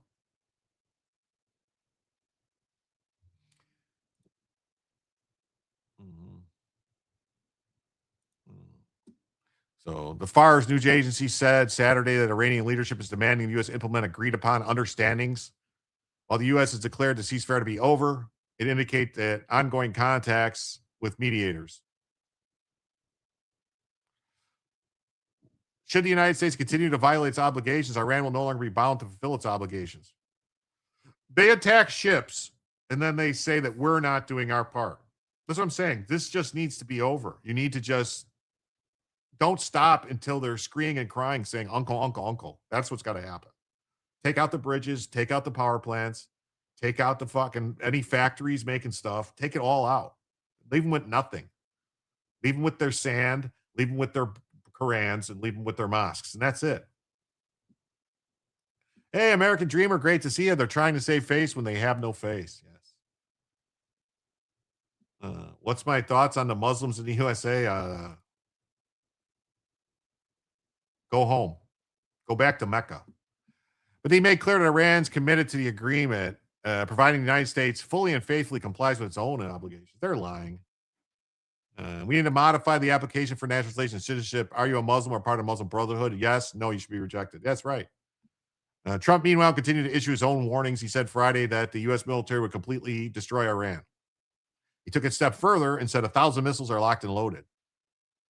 Strangely, the U.S. president signed off with his puzzling "Praise be to Allah" reference.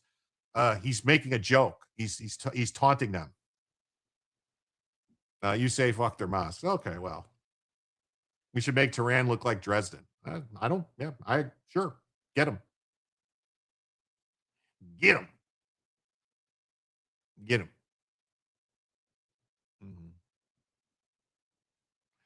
Supreme Burrito still hasn't been seen in public. He's said to be observing a private memorial for his slain father, made no appearance. On Saturday, he did call for revenge in a rare public message. So he's calling for revenge. So I guess it's just it. Just fucking squatters got to go. That's right. Get them out. Taking out their parliament building would send a message. Yeah. We pledge to avenge your pure blood and the blood of all martyrs. He issued a series of statements tinged with Sharia Islamic references. His words contain repeat vows to enact vengeance, including his not-so-veiled threat to kill Iran's enemies. Oh, the criminal disgrace murderers. We got to kill them. I kill you. I kill you. It's like that. It's like that guy from what's Jeff Dunham? What's his name? Like what was his name? Ehab. What the fuck was his name? I kill you. As for the big picture, University of Chicago political science Robert Pape says he's pointing out that the millions of Iranians who took to the streets last week to attend the funeral demonstrate growing nationalist resolve. Yes, Ahmed. Yes, Ahmed. Yes, Ahmed. Ahmed. Yes, Akbar. Yes. Look how hard it is to get a squatter out of your house. Now multiply that by 20 million. Well, the balance of military capabilities did not change over the weekend. The balance of political will shifted. Oh, okay. Referencing how unraveling ceasefire negotiations, he said, the pause appears to be another stage, setting a stage of escalation rather than beginning of de-escalation. So he thinks all those people that were on the streets, that was all the supporters, yes. Then the U.S. will rebuild it and we'll never get the debt down. No, we're not rebuilding shit. Nope. We're not rebuilding shit. OAN, the U.S. will decimate and destroy Iran with 1,000 missiles. Trump threatens to strike Iran after calls for his killing. So, I mean, I don't know. I mean, do we think maybe Trump just launched these attacks because of that? I don't know. Allah salad bar, yeah. Aloha snack bar. The problem is Iran does not care about their people, only power they have, yes.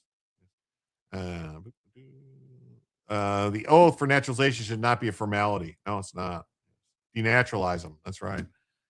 So, all right. On to the next story here, folks.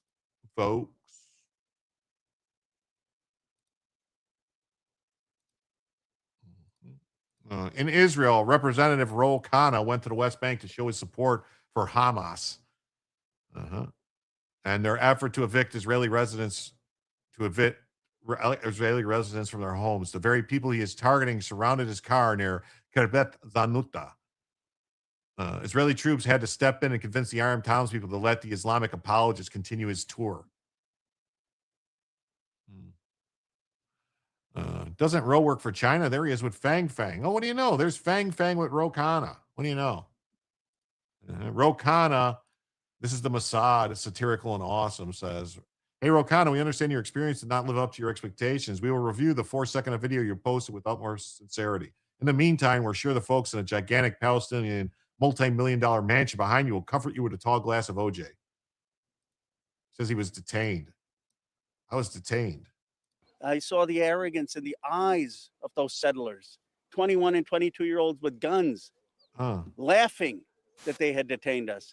The arrogance of those young IDF soldiers that my tax dollars are funding, having no respect for the fact that they were detaining Americans, no respect that there was an American congressperson in that bus, and laughing when our translator told them that there are Americans there and the American embassy is concerned. It is the arrogance of power, of a power that has had no accountability, total impunity, and has created a toxic culture of oppression. I saw the. Okay. According to the statement, the tour group, including Rep. Khanna, entered a designated closed military zone in Judea and Samaria, a restricted area where civilian entry is illegal for safety and security reasons. IDF forces stopped them. Police arrived, saw zero violence, issued the repeat offender organizer a final warning, briefing the group on the military order, and sent them on their way. They broke the law. Simple as that. That's a particularly fine example of one of the many Palestinian palaces one finds out there. Pally says. Yes. Pally says. They says. And then here's Sebastian Gorka says, walking with a slung carbine over your shoulder is now brandishing. Clearly, this embarrassment for an elected office has never been to Israel before, where citizen soldiers live like this every day, especially after their family members were slaughtered. So here it is. Here's the video of him being stopped. All right. Look at it. They're here, stop, and look at it. So this is it. They're like, oh, look at, hey, hold on, where are you guys going? And he's making a big deal out of this. Like, no, he's trying to go somewhere he's not supposed to be. You know, like, oh yeah, look at, oh, these 20-year-old, 22-year-olds. Does he not know that people as young as 17 are in our military? Does he not know that? Khanna and Swalwell both did Fang. Yeah, they tag teamed her. Yes. If you look at in a big city, look at this, trackdoc.com. What is that? What is that, JC? What is that for? Yes, Khanna is a billionaire communist shill. Yes, he is. Who's going to pay the hospital bills for keeping Mitch McConnell on life support? Definitely. What's up? It's Buds. How you doing? What's up, Gundam? Great to see you guys. Yeah, here's Khanna says he was detained. We watched that already. So Khanna claims to have been detained. They should deport him to Palestine. Yes, they should. Khanna and his team were surrounded by a group of West Bank settlers near the Palestinian village of Kirbet Shanuta. His offices told the New York Times. The settlers were armed with American-made M4 machine guns, Khanna's office said. Oh, really? When soldiers from the IDF arrived, Khanna claimed they sided with the settlers. The situation only diffused after Israeli police officers arrived and dispersed the settlers and their vehicles blocking the congressional group's path.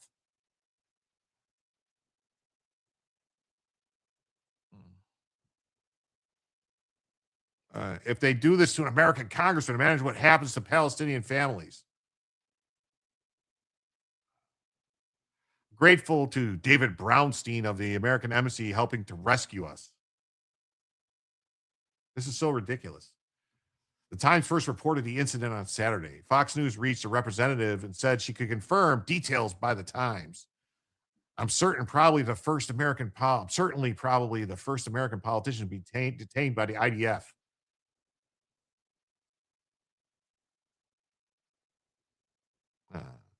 We were at a village that the Israeli settlers had destroyed, and these hoodlums came in with machine guns. They detained us. They blocked up the road. They called the IDF, and the IDF is on their side, not the side of the Americans. What the fuck are you talking about, dude? What side are you on? Who are you with? Is that the guy's house, the Palestinians' mansion that you're standing by? Frequent critic of Israel, says that he's thinking about a potential White House run. Where was Khanna born? Khanna wasn't born in the United States. I don't think so, dude. I'm even more resolved after this trip. We need a new moral direction in our party, a new moral vision. Certainly, probably, yeah. Ahmed has applied for citizenship in Adam's newest YouTube special. Wow.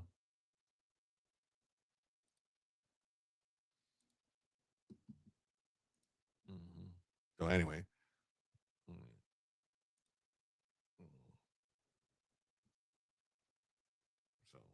Khanna says he was detained by Israeli settlers. Yes, of course he does. Of course he does. All right. So, all right. I don't know. Screw him, whatever. So, we got this story here. It says former Obama press aide fired amid allegations of workplace thefts tied to kratom purchases. Wow. Kratom purchases. That's crazy. That's crazy, isn't it? What's kratom? Some kind of drug?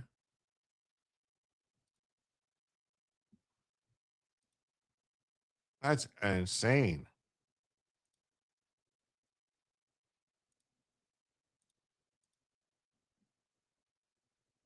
It's just crazy. Crazy, crazy, crazy.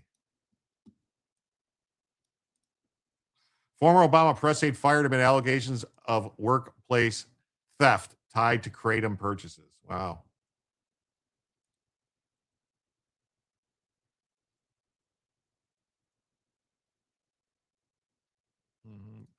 Okay. Another multimillionaire senator playing a victim card. He's a congressman. Rose, a first generation anchor baby. Oh, God. Conservatives must remain together and vote, and constructional conservatives in all levels of government. Yeah. Why were you there? He was there to talk to Hamas people. Yeah. The good news is he didn't steal luggage or have gay sex on congressional desks. Yeah.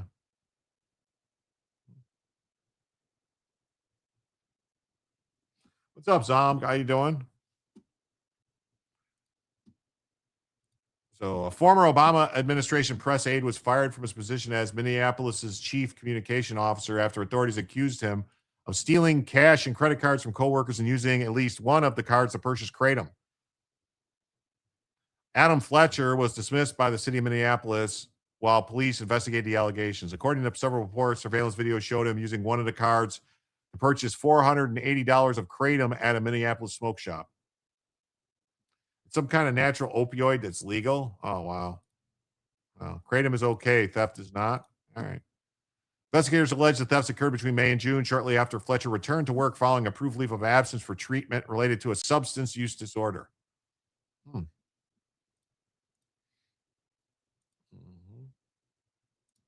then same thing here. Credit cards for kratom. This guy, here's his picture. What do you go figure? So he was dismissed as the chief communication officers for Minneapolis as chief communication officer. Wow. According to Star Tribune, he's accused of taking cash and credit cards from the desks and purses of at least 3 City Hall employees. Wow. Kratom is a tropical evergreen tree in the coffee family native to Southeast Asia. Its leaves have been used traditionally for centuries as a natural remedy. Ro Khanna's net worth is $347 million. It's medical from Grok. All right. Investigators say surveillance footage captured him using the cards to buy. It's a herbal substance marketed for pain relief and opioid withdrawal. Store employees contacted police after a customer reported an unauthorized charge. When Fletcher returned, staff photographed him, followed him outside, recorded his license plate. We told him, hey, we know what you're doing, the store manager said.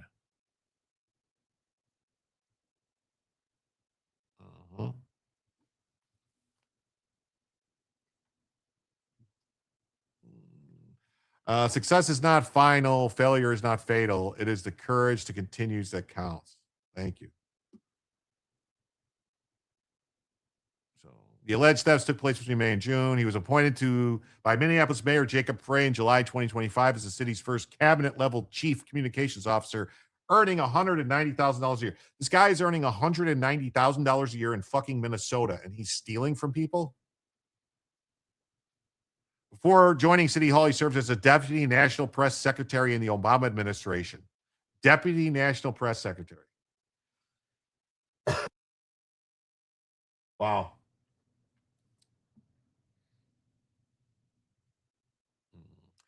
City employees were notified this week about the reports of missing cash and debit cards. In an email obtained by the Star Tribune, the operation manager wrote that they know this information may be concerning and troubling, and I want to assure the city takes this sort of report seriously and acted accordingly. Implant surgery scheduled for August 3rd. Awesome. So the trial went well. Cool. I hope it gives you a lot of relief and it helps you out. Although we can't provide exact additional details, we have reason at this time to believe there's we have no reason to believe any ongoing risk of theft. What baffles me, Nguyen says, is how no one wants to recognize the demon rats as constitutional domestic enemies. They fully qualify, and crap like this just exposes it and solidifies it. Minnesota has a large liberal democratic socialist population with a Borg-like mentality. Oh, God. Is that the same guy that keyed to Tesla? I think so. I think he's the guy that keyed to Tesla and they let him go and because he was going to rehab or something. I think that is the same guy. I think you're right. In the U.S. and else, Kratom is commonly sold as a dried powdered leaves, capsules, extracts, gummies, or teas. Kratom, I think it's called. It's marketed as a supplement. Okay. Let me close some tabs here.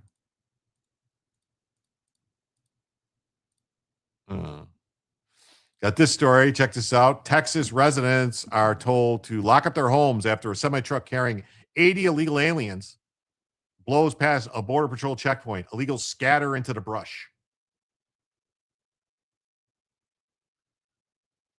This is why we moved my grandma to South Texas. She'd have illegals running through her yard using her water spigot and etc. Wow. Wow. South Texas residents told to lock up your homes. Yes. Lock up your homes, people. Lock up your homes.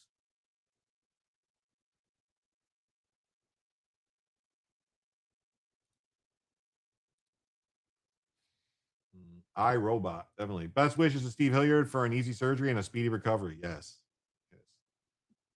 Run away, run away, run away. So a semi-truck carrying 80 illegal aliens blasted through a Border Patrol checkpoint in the Rio Grande Valley sector on Thursday night. The residents in Riviera, Texas were told to lock up their homes after the illegals scattered into the brush. A semi-truck blew through the Kingsville border station. They all bailed out. Sources tell me 40 have been apprehended. They're still searching for dozens. Well, on the morning of July 10th, the tractor trailer approached the primary inspection lane at the Javier Vega Jr. Border Patrol checkpoint near Sarita, Texas. Pretty soon there'll be robot dogs. Yeah, I think so. The primary agent noticed the driver was extremely nervous during the initial immigration inspection. The driver volunteered he was hauling produce in a non-refrigerated trailer, and the primary agent directed the truck to the X-ray area for scanning. The tractor trailer traveled northbound, driving by the backscatter truck without being scanned. Responding quickly, an agent located the tractor and conducted a traffic stop. When the agent broke the seal and opened the door, an estimated 50 subjects jumped off the trailer, pushing past the agent. Backup agents are currently in the area tracking for additional apprehensions. A total of 45 illegal aliens from Mexico, Guatemala, El Salvador, Nicaragua, Honduras, Colombia, China, Chile, Ecuador are in custody at this time. Texas residents, arm yourselves, then lock up your houses. Yes. On Saturday, it was reported at least 58 of the illegals have been captured. Up to around 80 aliens fled into the South Texas brush early Friday after an 18-wheeler failed to stop at a Border Patrol checkpoint in Sarita, triggering hours-long manhunt that stretched across a small town of Riviera. Sounds like an invasion to me. Yes. Thanks to all the Jimsomniacs, Steve says. Yes, thank you, Steve, and thank you for being here. Their cousins are in Sandusky now. Yes. Get an oofy roomier and set it up as a criminal defense device. Oops, chopped off your foot. Lions, tigers, and bears. Oh, my. Yes. Border agents, BORTAC, trauma rescue teams, state patrol, state troopers, local deputies. They needed to bring in the Texas Rangers. They searched, and constables, they searched along the railroad tracks through thick brush around neighborhood homes after immigrants scattered from the truck. The Clayburgh County Constable Precinct 3, Jesse Rivera, said multiple agencies coordinated the large-scale search. Robo-mower. Okay. We had Border Patrol, we had BORTAC, we had Border Star, we had a helicopter in the air also, and things that I expressed. It's moved them further out of the brush and away from the community. Okay, sounds good. Get them away from the homes. Residents awoke to helicopters circling over their homes as authorities searched for the aliens. They're not immigrants, they're aliens. It was kind of strange to wake up to hear helicopters flying overhead, really close, right over my house. Well, Helicopters and heat seekers would work. Yes, definitely. Where are all the tanks that was on the trains and going to? I don't know. They're always moving tanks and stuff around for different things. And then they got this. Texas DPS arrests a human smuggler during a traffic stop. Find a child in the back seat and a mother concealed in the trunk. This person here should get 20 years in prison. Human smuggling, 20 years. Trunks get hot in Texas. Add some charges for potentially killing the mom. Yeah. Absolutely repulsive. Add charges for attempted murder. Yeah.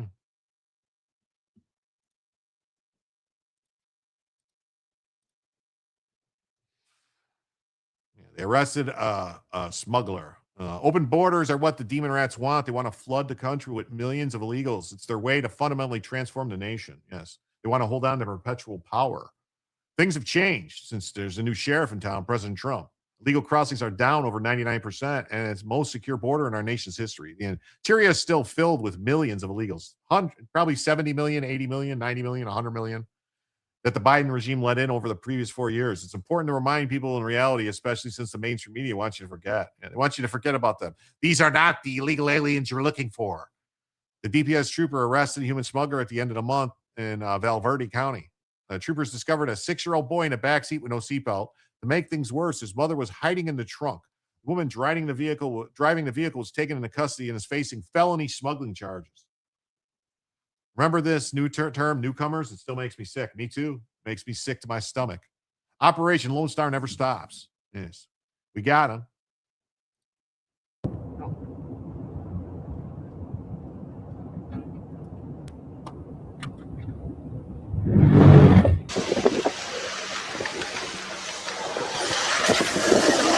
Yes, ma'am. And how old is your child? 6 years. He needs to be in the car seat.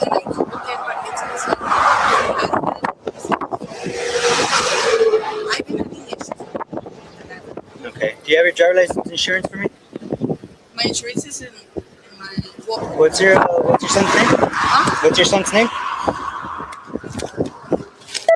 You know your son's name? Can you go ahead and step out of the vehicle for me? Who's the kid, man? It's I saw them. I don't even know. I just saw them. They were like, I was living here because I visited inmate in Kitty Green. Okay. And I always take that back road. I'm not gonna be honest. And like I saw the mom, and like okay. I know it's not the right thing to do, right? And the mom's there, and she's like, shoot. So who's the kid? The ladies. What ladies? Okay, so you picked up the little boy? Okay, where's the female? In the trunk? Yeah. Ladies in the trunk. Invaders. Stay where you're, man. Invaders, definitely. Was she bad? Yes. Yes. Dario, Theater 26. Going for 26. You're currently be under arrest. Can I make up a copy? You're in a moment.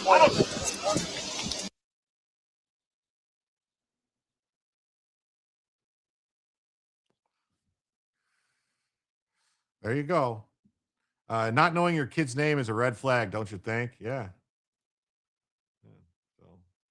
DPS troopers regularly deal with human smuggling operations. Border Patrol in Texas troopers rescued 39 aliens from a tractor trailer that caught fire during an attempted human smuggling operation. Wow. Get him out, get him out, get him out! Catch on fire. Hey, we have bolt cutters. Is it clear or no? You gotta hurry. Get him out, get him out, get him out! Get him out! Hey, let's get some fire extinguishers! Get him out, get him out! Get out, get out, get out, get out! A cup holder! Small cup holder!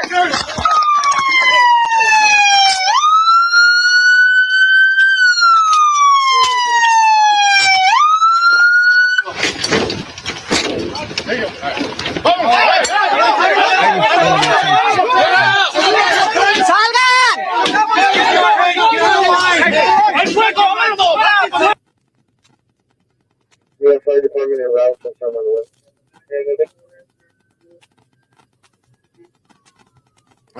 crossing of the truck traffic secretary. Be advised, 10 will fire in and around. Someone will fire in and around. Also, Brooks County advised there is bodies in their trailer. It is confirmed bodies in the trailer. That's right. While our military is in Iran, our nation remains chock full of subversive, CPS, illegal, socialist infiltration. Aiding and abetting foreigners to enter the country should carry the death penalty. I can't think of any valid argument against it. Well, I don't disagree. Yes, this is what's happening. It's still happening. They aren't getting paid enough. That's right. You got to pay these guys more to get them. So someone asked for a CENTCOM update, so I found one. So we'll go to this. So CENTCOM posted 14 minutes ago, says U.S. forces finished latest round of strikes against Iran. U.S. Central Command completed a third round of strikes against Iran on July 11th, holding Iranian forces accountable. At 7:15 p.m., U.S. Central Command began launching the third round of strikes this week. So just a couple hours ago, 7:15, we were launching more attacks. All right. Iran was provided yet another opportunity to demonstrate adherence, which they didn't do. In response, the United States imposing a heavy cost by continuing to degrade Iran's ability to attack civilian mariners. The strikes are being carried out direct command of the commander-in-chief. All right. So, Central Command completed a third round of strikes. They hit approximately 140 military targets with precision munitions launched by land and sea-based fighter aircraft, drones, and naval vessels. Targets include Iranian missile and drone sites, naval capabilities, ammunition storage facilities, communication networks, and coastal surveillance locations. Bridges and power plants is what need to be hit. Bridges and power plants. Iran must need the world's biggest parking lot. Yes, must need it. During the 3 nights of strikes this week, CENTCOM has struck more than 300 targets to degrade Iran's ability to attack civilian mariners and commercial vessels freely transiting the strait. Commercial vessels transits through the vital international maritime corridor continue. Since early May, U.S. forces have helped facilitate the successful transit of more than 800 commercial vessels and 400 million barrels of crude oil through the Strait of Hormuz.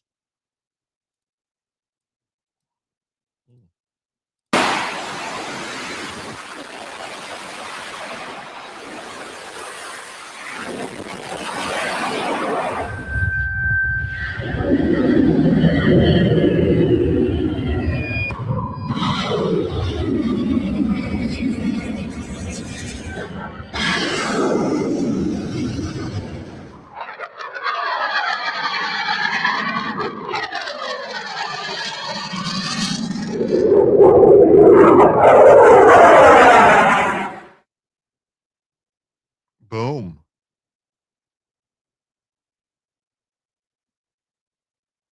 Boom.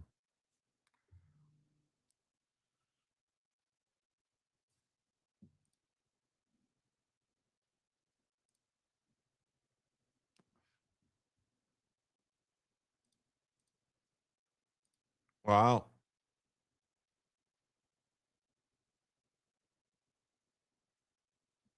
That's crazy. That's insane.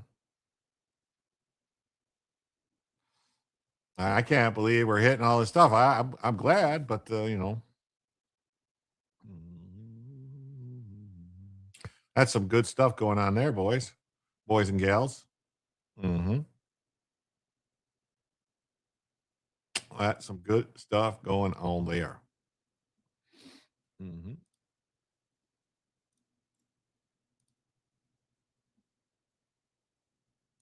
Wow.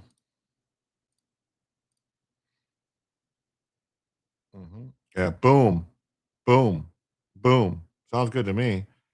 Yeah. All right. So that's what's going on. We got this says, I think Mandami might end up being the best thing that ever happened to us. Someone was saying, good morning, Iran. Yeah. Old Newscomb passed a law making it illegal to root out corruption. Yes, they did. More PGMs wasted when can carpet bomb. Never mind fuckwits in the Pentagon and their $1 million shot munitions. Yeah, I don't know why we're not just letting the B-52s fly. I really don't. I'd be prefer to let the B-52s roll.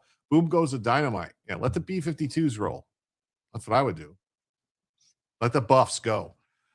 So why? Because he's openly collaborating with our enemies in wartime. He's paving the way for Trump to declare the Dems as an unlawful enemy combatants.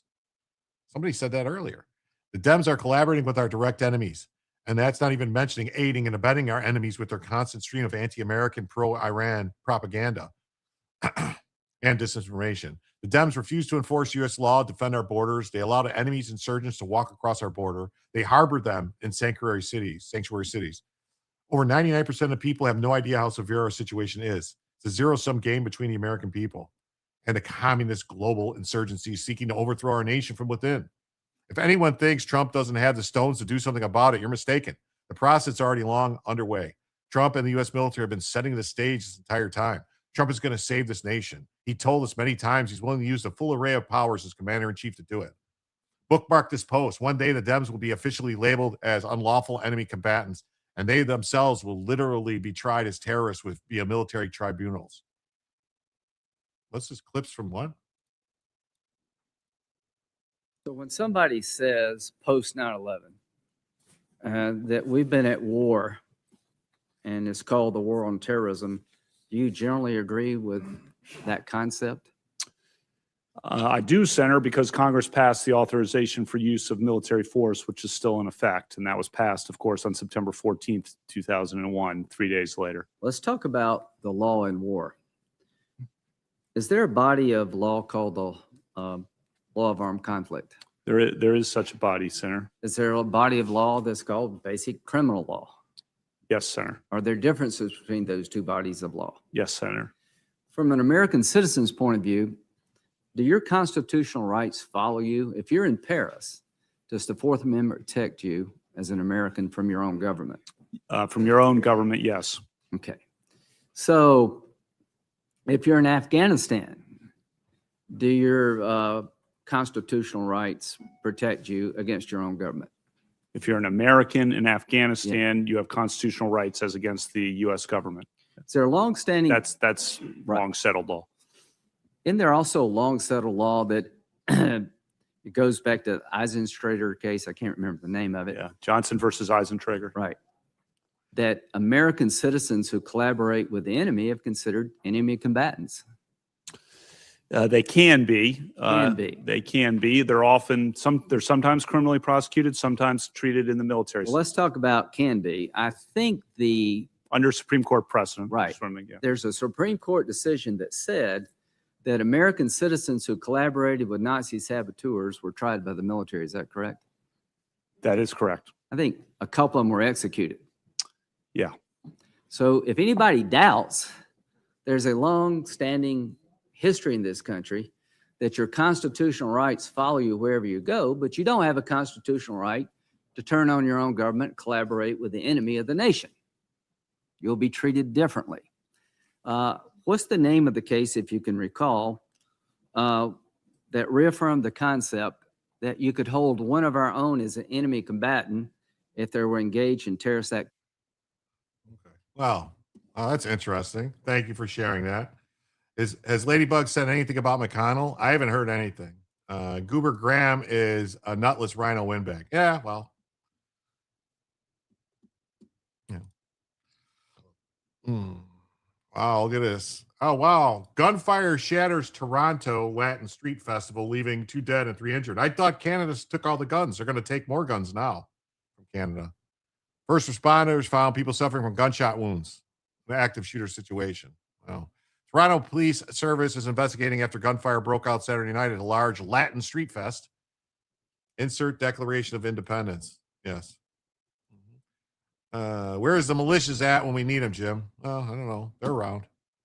Police say they received reports of a shooting at St. Clair Avenue West and Arlington Avenue at 8:12 local time and discovered an active shooter situation. First responders found 5 people suffering from gunshot wounds. 2 of the victims were pronounced dead at the scene. Ladybug ain't going to do crap. Yeah, well, we shall see. It's unclear what led to the shooting. Police have not yet confirmed any arrests. Following the shooting, Toronto Transit Commission suspended train stops at the nearby St. Clair West Station and Line 1 of the Yonge University due to what officials described as a security incident. Regular transit service has since resumed. Authorities urge the public to avoid the area and follow all directives from police on the scene. The TD Salsa and a St. Clair Festival, Toronto's biggest Latin culture celebration, was celebrating its 22nd annual event in the Hilton Toronto Hillcrest Village. 4 injured now, not active. Toronto police and mayor useless. Watched presser, a lot of I don't know. Abomination Graham likely contributed to the piss dossier, probably. The Toronto Police Service did not immediately respond to requests for inquiries from Fox News Digital. We got this story. The last American to use an iron lung dies at 78 years old after a childhood polio diagnosis. The Oklahoma woman contracted COVID-19 twice during the pandemic, which left her in the machine nearly 24 hours a day.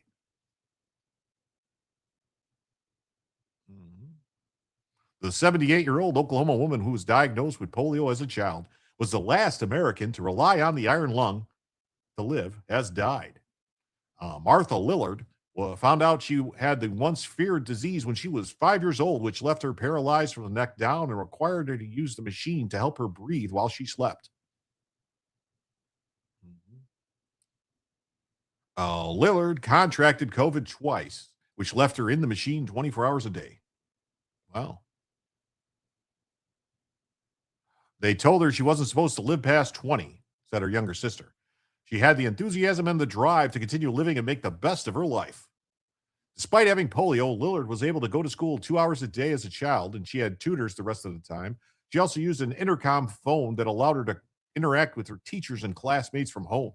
Lillard was even able to take road trips as a child because of a custom trailer that could accommodate the iron lung, and her father making sure their hotels had wide enough doors for the machine.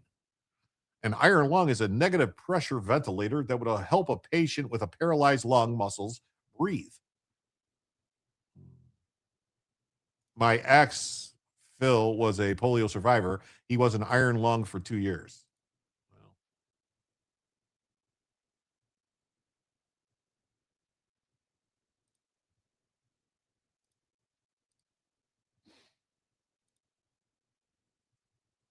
Look at all those iron lungs, man. A row of iron lungs is seen inside a Los Angeles hospital circa 1950. The disease once caused thousands of cases of paralysis in children during outbreaks each year in the first part of the 20th century before the vaccine became available in 1955.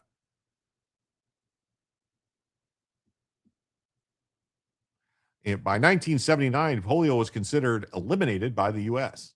Later, Lillard was able to regain the use of her left arm and legs through a therapy that was even able to drive for a time.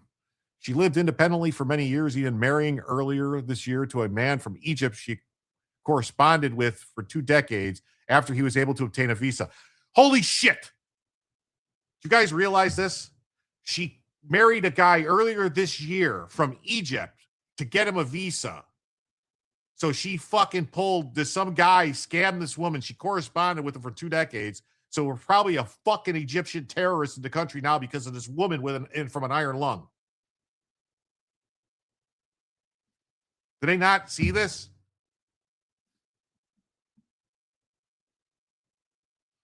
They were soulmates. He's extremely heartbroken. Yes. I'm sure he is. Lillard, who her sister said wrote poetry and volunteered with the Humane Society, had just 25% lung capacity before she was diagnosed with COVID. She died of chronic pulmonary failure after post-polio syndrome, according to her death certificate.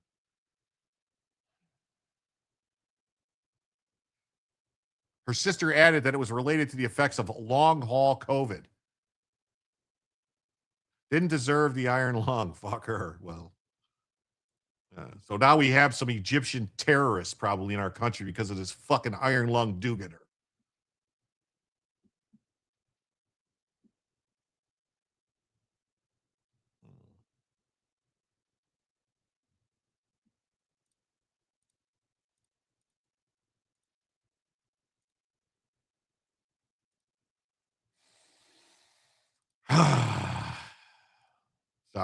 Sorry. Canadian government apologizes for creating national parks, calls them a colonial injustice. Yes, parks are a colonial injustice. These fucking Canadian cucks, these Cuckistanis, I swear to God, what is wrong with them? Parks Canada now acknowledges its harmful historical legacy and its impact on Indigenous language, culture, and laws. Yeah, boomers, man, I swear to God. Oh, yeah, they're going to be the fucking death of all of us. They're going to be the death of all of us, these fucking boomers. The country of Kanadistan has effectively apologized for the system of national parks that is developed, with the National Parks Agency saying that the existence of the parks themselves represent colonial injustice. The internal report, known as the Evaluation of the Indigenous Guardians Initiative, stated that for millennia, Indigenous peoples have cultivated reciprocal relationships with the land, water, and ice, guided by cultural practices. Hey, what's up, Lisa Day? How you doing? Thanks for stopping by. I didn't even check to see if anything had come in off the Cash App or the PayPal.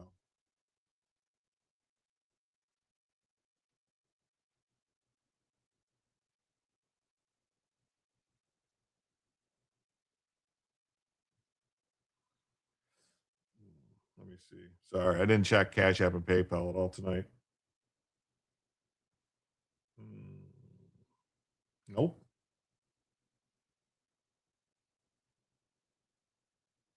Nope. All right.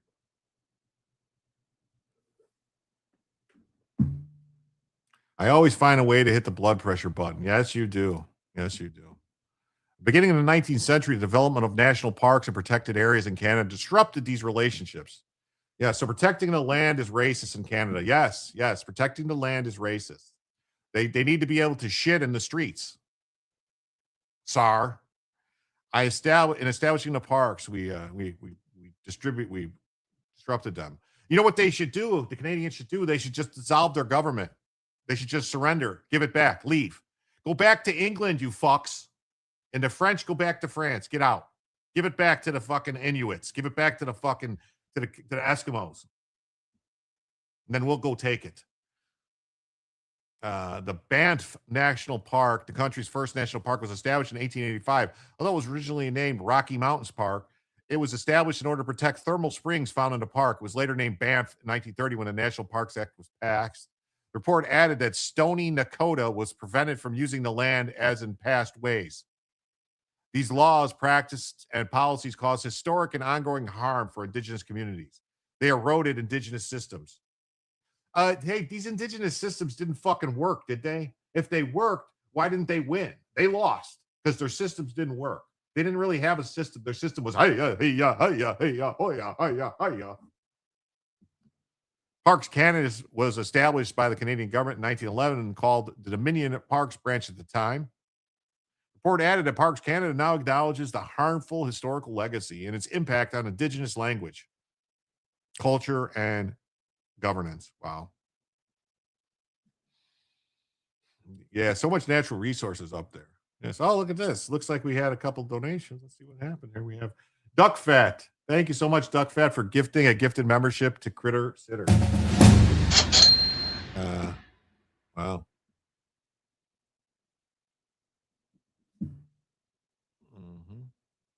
What? Who's? There are miserable people doing their best to make happy people miserable. Who's that? They never run out of things to complain about. I don't know. Somebody here? Thank you so much. That means we're $50 away, folks, from adding a first additional hour. We're already past the 2-hour mark. We got a little bit left to go. A little bit left to go to get that 50. The Rumble clap. I got it. Critter Sitter was gifted a membership. Thank you so much. Thank you so much, Critter Sitter. Wow. This is just a joke. Corrupt Canadian government. Yeah. French Canadians can't go back. French King threw them away. Oh, well, I guess they're going to have to roam the seas as stateless pirates then.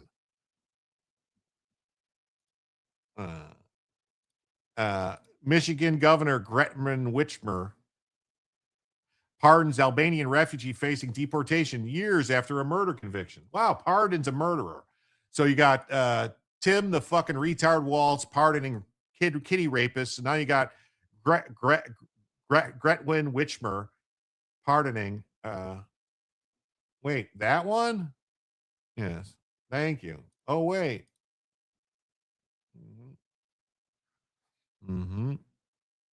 Murderers. Pardoning murderers. Michigan Governor Gretchen Whitmer Bitchy Whitmer, Gretchen Bitchmer had just pardoned an Albanian refugee who was convicted of murder and served a measly 4-year sentence back in 1978. He was actually placed on a list for removal by the Biden administration, but Whitmer stepped in and granted the pardon, ending the removal process. Of course, the glaring question is why this person has been allowed to stay in the U.S. for so many years despite a murder conviction. Wrong clap. Oh, crap. Okay.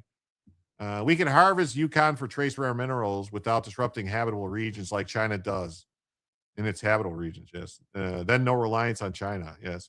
Mrs. Fake Kidnapping, yes. That one, clap, clap. Okay.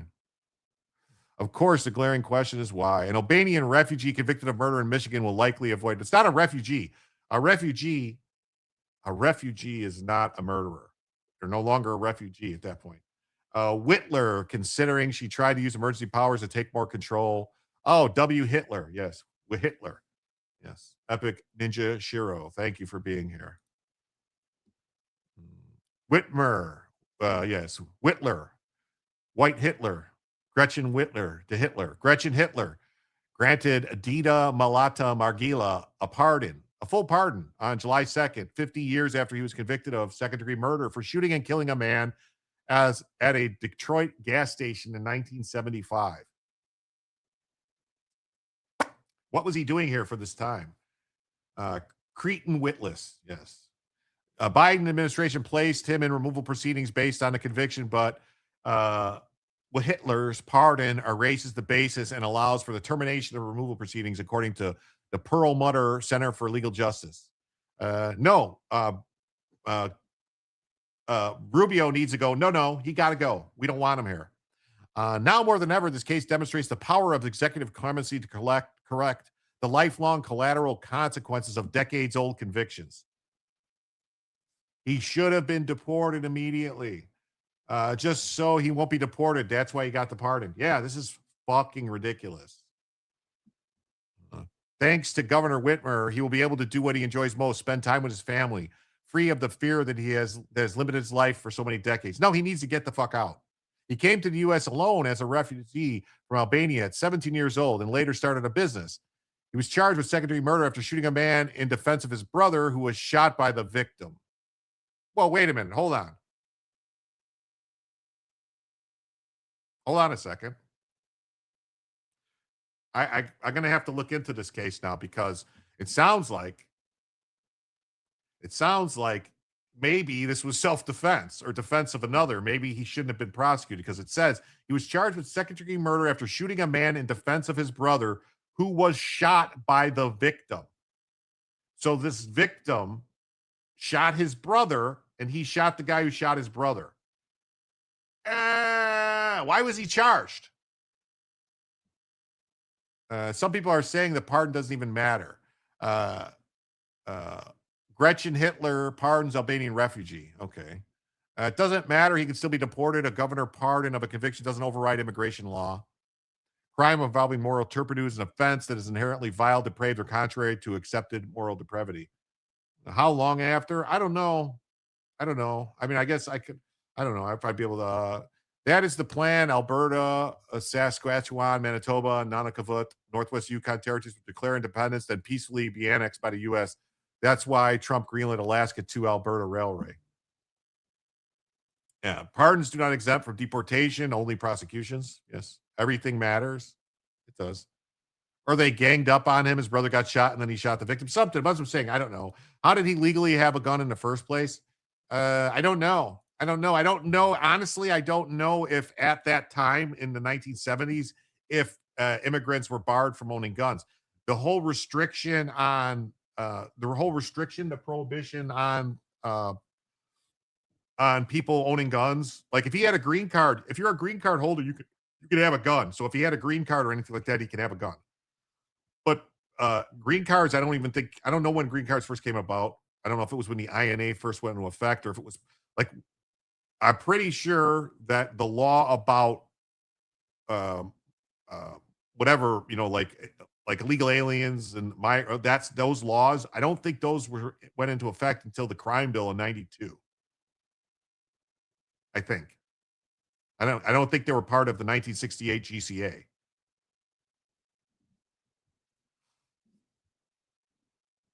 You thought only a national could? No, people with green cards can buy guns, can own guns. If you're a permanent lawful resident in the United States, you can own a gun. Smash that like button and repost. Yes.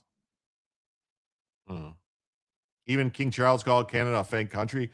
Convicted of a serious crime, facing deportation. There's a Democrat governor waiting to pardon you as long as it keeps you here voting blue. Yeah, I pardoned a child rapist so he didn't get deported. I pardoned a murderer so he can stay in the country. Wow. Wow. Rubio, deport him anyway. I hope so. The Democrats are making it clear who they really represent, and it's not law-abiding Americans. I will say, I need to look into this case. All right. I need to see if it was self-defense and this guy was just prosecuted because of some bullshit law at the time. You know, in the 70s, self-defense law was kind of like, it's probably in Michigan. Maybe he had a duty to retreat or something. Who knows? I don't know. You know someone who's had a green card since 75? Okay, I don't know when green cards came into existence. I don't know. I don't know.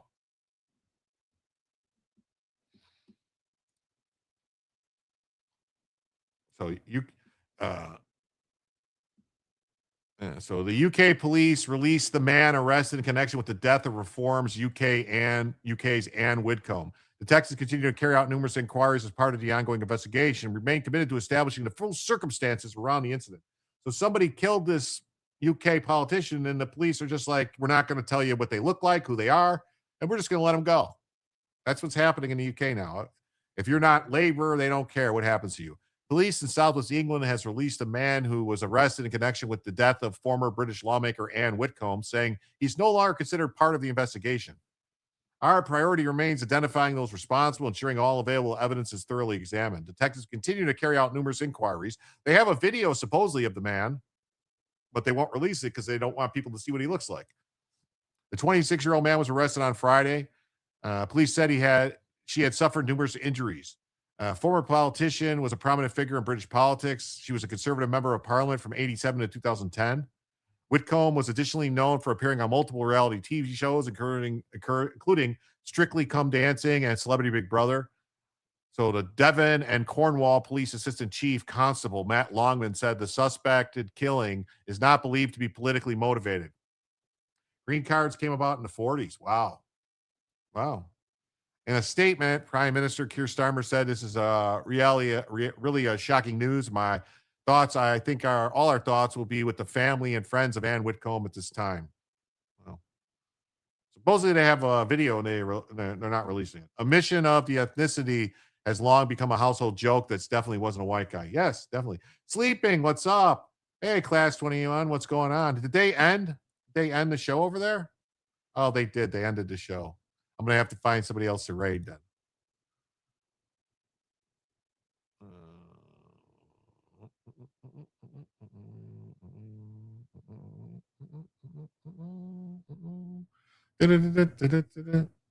Oh, I know who I'll raid. We'll just wait till he starts.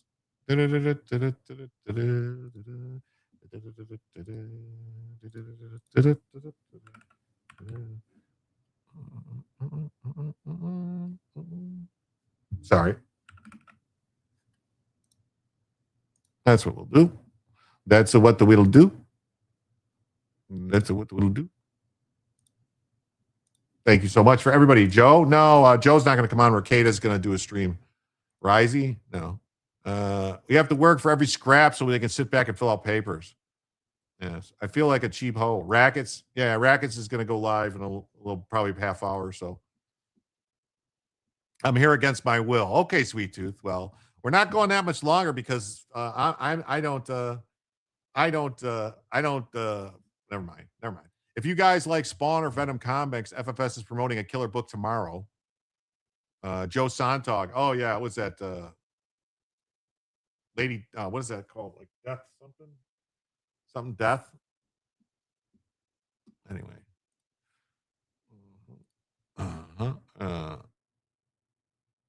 We got this deranged St. Louis radio host, J.C. Corcoran, posts Trump assassination joke on Facebook.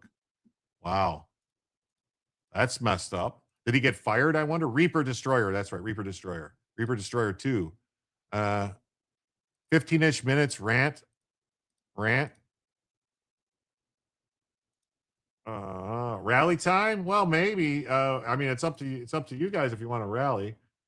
You guys want to rally? We got a 15 rally time. With that, thank you so much, Spuds. That means right now we're 45 away from adding a first additional hour. 45 away from a first additional hour of the show. It's up to you guys how long you want it to go. We still need to slip $1 in Jim's thong. Yeah, well, 45 of them to be exact. Thank you so much, Spuds.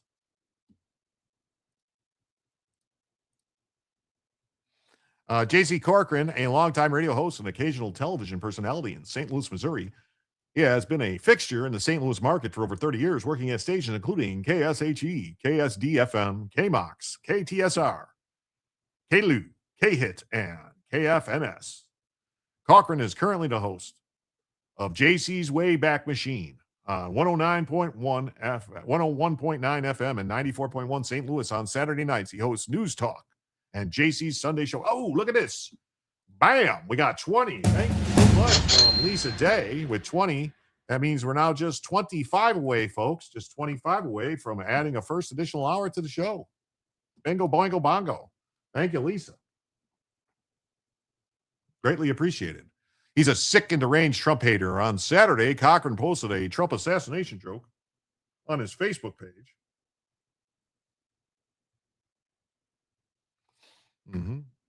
Nick just set up his locals. Yes. Cochran posted photos, which includes the word "Dear Iran." Here he's on the golf course. Oh. Not good. Not good.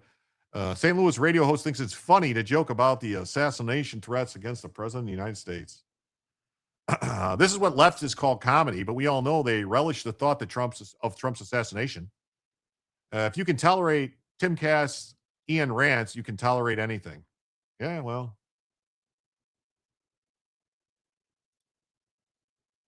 For the record, President Trump is in Washington, D.C. this weekend. He has scheduled a golf Saturday at Trump National Golf Course in Washington, D.C. If not, Bella deserves some special treats. Oh, she'll get some. She'll get some. The Gateway Pundit reached out to Cochran for comment. He deleted the pro-assassination Facebook post. Now, did he get fired? Because you're going to tell me, you mean to tell me that if somebody would have posted that joke about Biden or Obama, that they wouldn't have been immediately fired? They would have been immediately fired. Tim likes to paint people into hyper-theoretical corners. Tim thinks he's here's the thing with Tim. All right. Tim Pool thinks that he's like this intellectual. He's not. He's a kid from the south side of Chicago. He's a high school dropout from the south side of Chicago. He's not an intellectual. Just saying.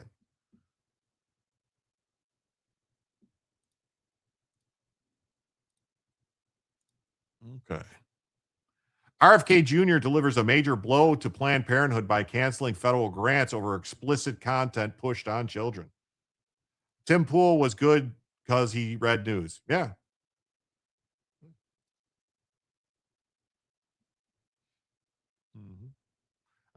Robert F. Kennedy's cut off a large amount of the federal funding to Planned Parenthood and similar organizations after they were caught pushing sexually explicit content on children. According to a report from the Daily Signal, the Department of Health and Human Services notified dozens of organizations, including multiple Planned Parenthood affiliates, that their federal grants were being terminated. You are being terminated. The rationale centers around the group's promotion of sexual explicit materials to the children under the guise of education and prevention programs. Health and Human Services notified more than 50 organizations, including Planned Parenthood affiliates, they will no longer receive teen pregnancy prevention grants after pushing sexually explicit content on kids. The agency sent letters to several Planned Parenthood affiliates, state and local health departments, university systems, and nonprofits, notifying them of the terminations of the teen pregnancy prevention programs. The grantees included Planned Parenthood California Central Coast, Planned Parenthood of the Heartland, Wisconsin Department of Health, the Maryland Department of Health, the Baltimore City Health Department, the Oklahoma City County Health Department, the Public Health Authority of Columbus County, North Carolina, and Hennepin County, Minnesota. Good. Get them, boys. I heard Tim plays a good skateboard. Yeah, he can ride a skateboard pretty good. The Office of the Assistant Secretary for Health Office Population Affairs provides grants. But HHS determined that many of the organizations were using curricula that are medically inaccurate or age inappropriate and sexually explicit. Violating the statute establishing the program. After review of all the curricular content, OASH believes that some of these items normalize adolescent sexual activity and are not age appropriate. As a result, they're adjusting its discretionary Teen Pregnancy Prevention Program award portfolio. It aligns broader efforts by the Trump administration and RFK to refocus federal health policy away from ideological experiments and back towards genuine public health concerns. And Planned Parenthood just decided to donate $47 million to try to get Republicans out of office. So if they've got that money, they don't need our tax dollars. If they've got $47 million to spend on demon rats getting elected, they don't need our fucking tax dollars. The money bomb announcement came just days after the expiration of a one-year provision in Trump's One Big Beautiful Bill that had temporarily barred Planned Parenthood from receiving Medicaid reimbursements for non-abortion services. That's a good news to that, I think. Good news, good news. The gospel means good news. The measure signed into law last year had forced the closure and consolidation of dozens of clinics and cut off hundreds of millions in federal funds. With the ban now lifted as of early July, Planned Parenthood has regained access to those funds and is channeling significant resources to ensuring pro-abortion politicians regain and maintain power. So they're getting our money again, and now they're using the money to get more people. This is ridiculous. Cut the money off. Why are we giving them money and they're giving money to donations to Democrats? That should stop. Too bad for them. Elon is donating to us. Planned Parenthood is just a money laundering operation for the DNC. That's all it is. That's just the government recycling money to themselves. That's all it is. While federal law under the Hyde Amendment prohibits direct taxpayer funding for abortions, organizations like Planned Parenthood receive substantial Medicaid dollars for other services, effectively subsidize their operations, and allow them to redirect other resources towards abortion procedures and political advocacy. That's an issue. That's a problem. That's a problem. That is a problem. The Trump DOJ warns the Utah RINO lieutenant governor she could face criminal charges over non-citizen voter rolls. Good. Going strong, yes. Getting strong now. Yep. The bane of our existence. The Department of Justice has warned Utah election officials they could face criminal liability if non-citizens are knowingly allowed to remain on the state's voter rolls or cast ballots. In a letter this week to Utah Lieutenant Governor Deirdre Henderson, a RINO Republican who serves as the state's chief election official, Assistant Attorney General Harmeet Dillon outlined federal election law and requested the Utah explain within 5 days how it plans to comply. Yes. How do you plan to comply? How do you plan to comply? This letter is sent to you as the chief election officer of the state of Utah. This letter serves as notice that federal law applies to state and local elected officials. The DOJ also attached a memorandum outlining the responsibility of the state election officials under federal law. That's right. New one says, yeah, cut it off. I'm sick of my taxes subsidizing Democrat special interests. Not a dime goes to anyone else's. No, not how this republic is supposed to function. That's right.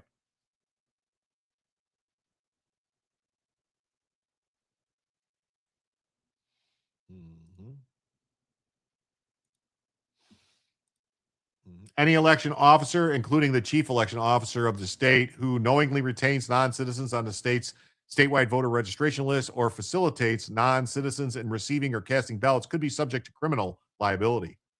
That's what I want to see, people getting arrested. That's what needs to happen.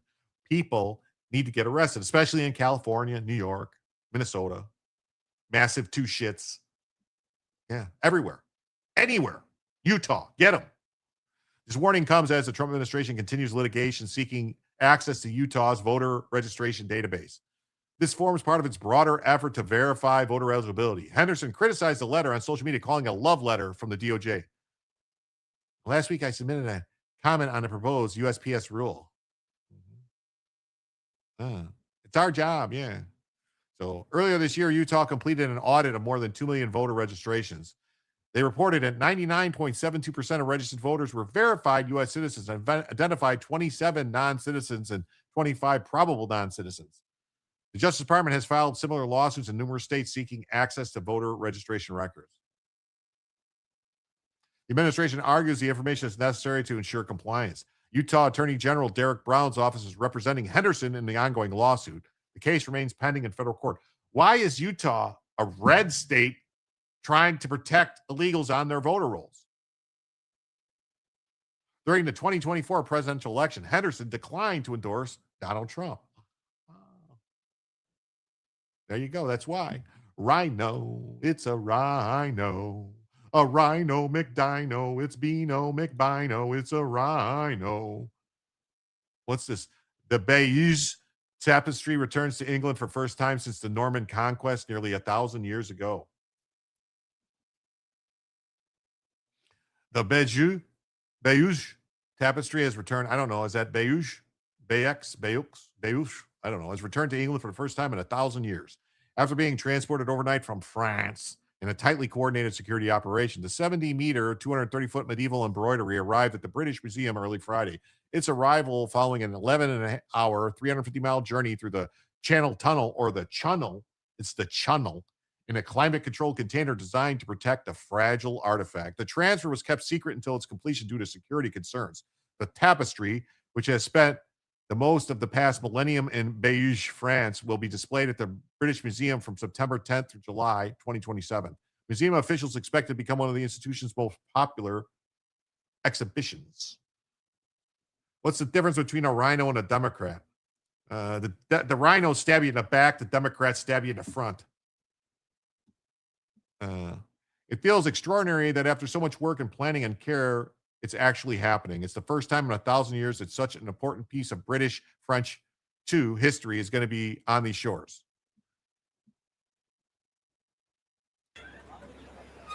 Just before 3 a.m. in central London, and the wait was over.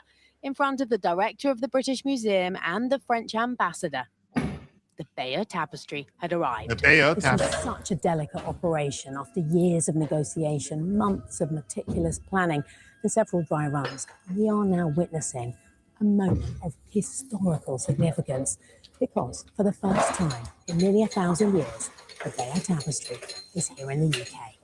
An artwork that tells us so much about our history is now making history itself. It felt very special. I mean, that's a unique moment, I think, that we all just witnessed. It felt like the product of a huge amount of work and thought and planning and care. And I feel incredibly proud of everyone involved in making this happen on both sides of the channel. The Bayeux tapestry isn't actually a tapestry at all. It's panels of linen cloth with the scene-by-scene story of the Norman conquest stitched on in coloured woolen yarn. An intricate work of embroidery, nearly 70 metres long, detailing the story of William the Conqueror, his invasion in 1066, and King Harold's death at the Battle of Hastings. The artwork hasn't been seen by the public since last year. It took 90 people working carefully in tandem to take it off display at the Bayeux Museum in Normandy in September. Nobody wants to be responsible for damaging a work of such importance. Since this elaborate operation, the tapestry has been stored on a folding stand under tightly regulated temperature and humidity controls. Wow. The difference is a rhino pretended to be a Republican, a Democrat didn't. Yeah. Yes, thank you so much, Duck Fat, for the wood tick mic becoming a Jimsomniac. Thank you so much. With that, we're now just 20 away from an extra hour. Don't forget, the U.S. has subsidized all Eurotrash economy since World War II. Their centralized healthcare could only exist because we paid for it all.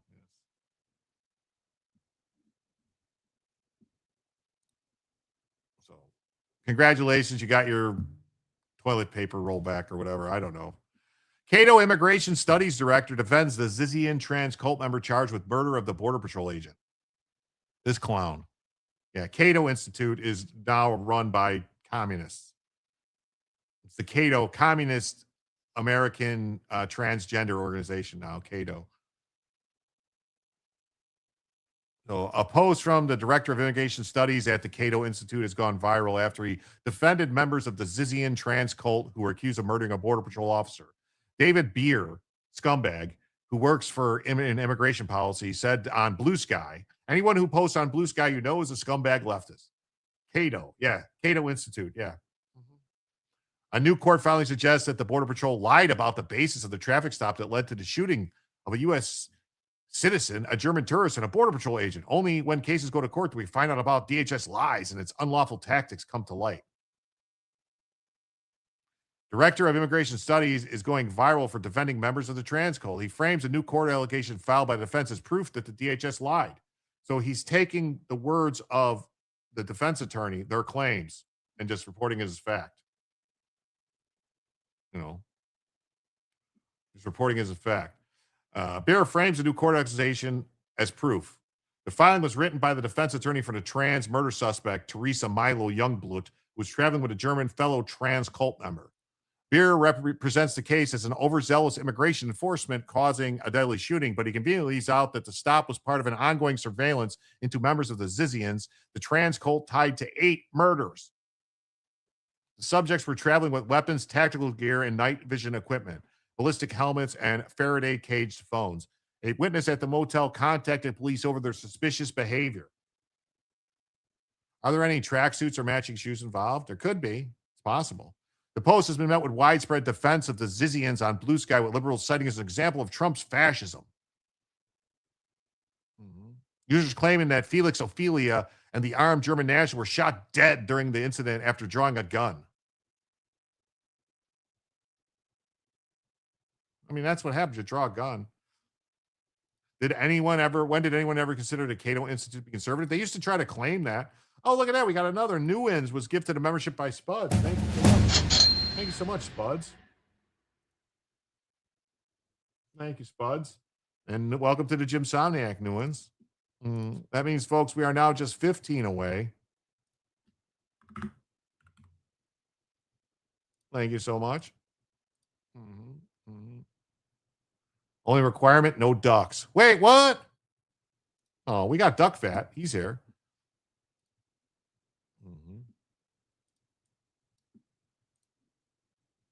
The court filing, which was filed by the defense, suggests that Border Patrol were in the wrong to stop the car. So they're saying it was a bad stop, so a border agent deserved to be murdered. Department of Justice seeking the death penalty against them in the case. The cult itself has been tied to a number of murders across multiple states. Editor-at-large Andy No reports on Beer's post and says that Beer presented the case as an overzealous immigration enforcement and ignores the ongoing surveillance of the Zizians. At the time of the stop, Youngblood and others were traveling with weapons and tactical gear. It's amusing to see right-wingers claim the mere possessing of a gun and gear is reason to surveil and arrest people, and following the Constitution is important when someone actually is up to no good, because failing to do so can let them get away with literal murder. Oh, wow. This guy's a real piece of shit. Youngblood and a German in the car named Felix had been reporting to police by staff. They were seen with black tactical gear, military-style equipment. Buck Holt died in a shootout between a pair of militants and the authorities.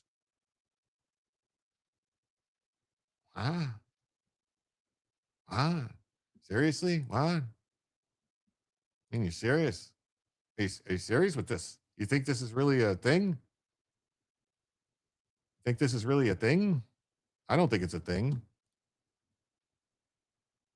I don't think it's a thing.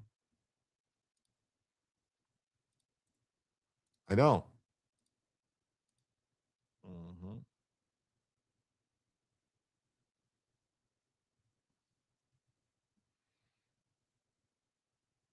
Well, everybody, it looks like we didn't make the goal. So I'm going to send everybody over to Ricada. I'm just kidding. I seen Tony's come in. The thing that sets American Christians apart from all the other people in the world is that he'll die on his feet before he'll live on his knees. George Washington, 1776. Tactical assessment. Red Chinese victory. Impossible. America will never fall to communist invasion. Communism is the very definition of failure.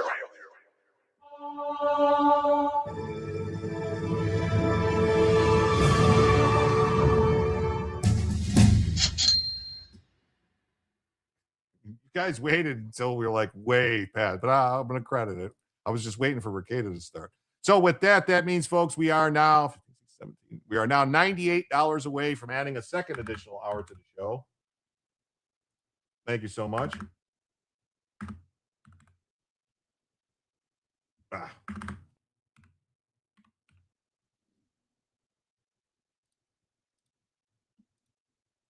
Thank you so much, Tony. Thank you, Spuds. Thank you, everybody. I'll get on to the next story.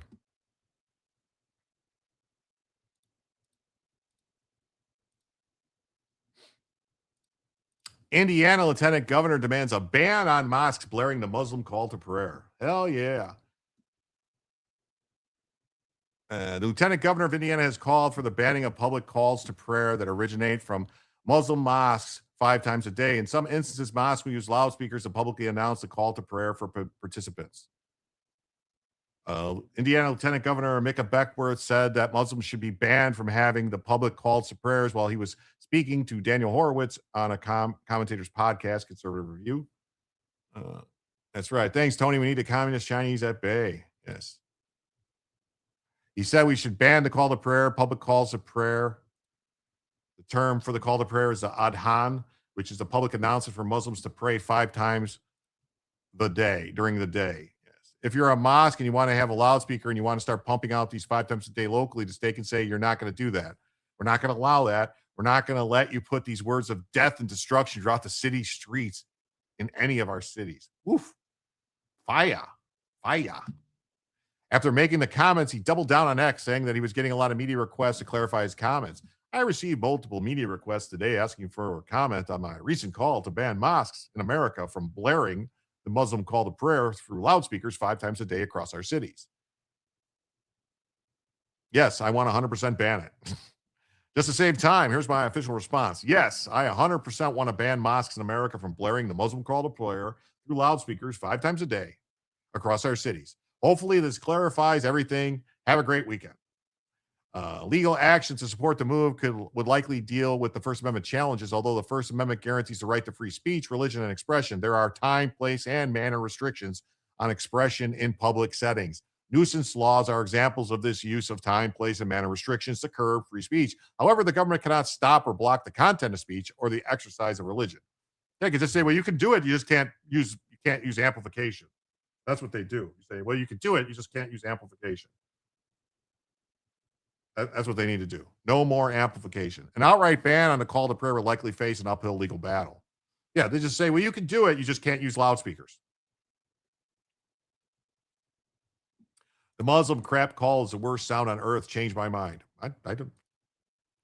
No Muslim can be trusted. Their own religion says you can't. That's right. They practice taqiyya. Taqiyya badia mafia. They get you. They get you. One way or another, they're gonna find you. They're gonna get you one way. Maybe next week, they're gonna find you. They're gonna get you. They get you.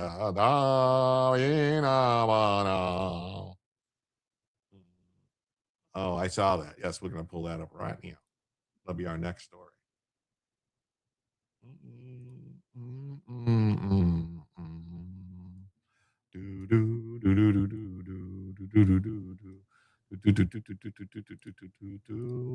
Disgusting. Tim Walz said Minnesota is not safer without the now deported child rapist he pardoned. Can you believe this? Can you believe the scum? The scum, the absolute scum. Tim Walz to say this, that, oh, we're not any safer without having rapists here. We'd be better off with rapists. We'd be much better with the rapists. That's what Tim Walz thinks. Better with the rapists. Look at Debbie over here. What's Debbie doing?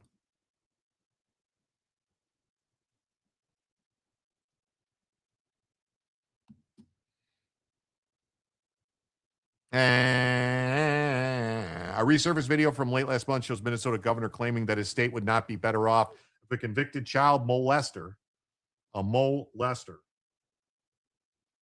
child molester, was allowed to stay. Oh, I can't believe. Can't infringe on public roads or disturb the peace. That's right. The man Walz is speaking about, To Long Vang, is a Laotian national who was convicted of Minnesota in 2004, repeatedly sexually abusing a 10-year-old girl, repeatedly raping a 10-year-old girl. Vang pleaded guilty to the crimes, tried to pay the victim for her silence, and had the audacity to blame her, claiming his actions were somehow a cultural thing.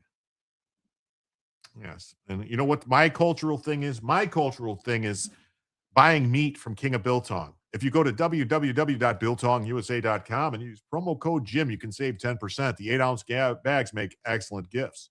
You can get lots of snacks, cakes, candies, and cookies from them also. Try the Wagyu or the Angus, or maybe if you like a little heat, you get the peri peri. If you like a lot of heat, get the Reaper or the Ghost Pepper. Also, check out the Cabanasi and the Drowers sausage. Check it out at www.biltongusa.com. Promo code Jim for 10% off. Tell them Jim sent you. Vang pleaded guilty. Yes, he did. Yes, he did. In a clip from late June, which is now going viral on X, Walt states that I can find no reason how Minnesota is safer or better off if a child rapist is deported. Yes. Shocking footage of Tim Waltz saying it. Vang's case, I would state this, that I can find no reason how Minnesota will be safer or better if Mr. Vang is deported to a country he has not been to since he was a child. What does it have to do? Vang's victim wrote a letter to the board forgiving him, and they say that was a key factor in their move to pardon Vang. Charlie Rachel.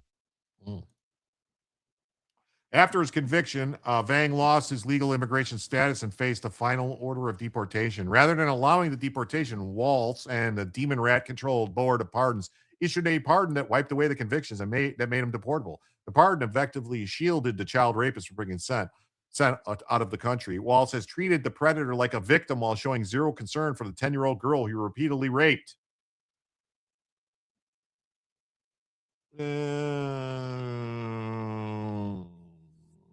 Shocking surge of teen shooters, yes. That's somewhere. I don't know where that is. I have it somewhere. Earlier this week, Secretary of State Rubio stepped in, revoked his legal status, and booted him the fuck out of the country. Federal agents quickly took the convicted child rapist into custody, and he's now been removed from the country. Bye-bye. Bye-bye. Bye-bye. Rubio made the position clear, stating that this foreign criminal will never again pose a threat. Just weeks ago, a convicted sex offender and a foreign national was shielded from deportation by the governor of Minnesota. Laotian national Tu Li Vang was convicted of repeatedly sexually abusing a 10-year-old girl in the state of Minnesota. He even tried to pay his victim for her silence, and he called his heinous crimes a minor thing. Just days before this foreign sex offender was scheduled to be deported, Tim Waltz, the governor, issued him a pardon, setting him free to once again endanger the children of America. Well, this week, I revoked his legal status in the United States, and as a result, federal agents took him into custody, and as of today, he has been removed from the United States. Bye-bye. Because of our action, this foreign criminal will never pose a threat to any American ever again. Americans must never be forced by their elected leaders to live alongside foreign sex criminals who have no right to begin with to reside in our country. This administration will always stand with the American people and defend them from violent criminals. Thank you so much, Mr. Secretary of State.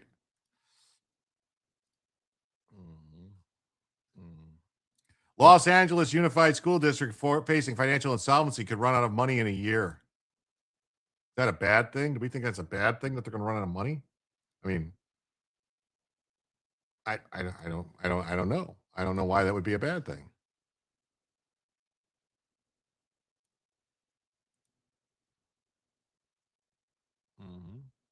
I don't know why that would be a bad thing. I don't know.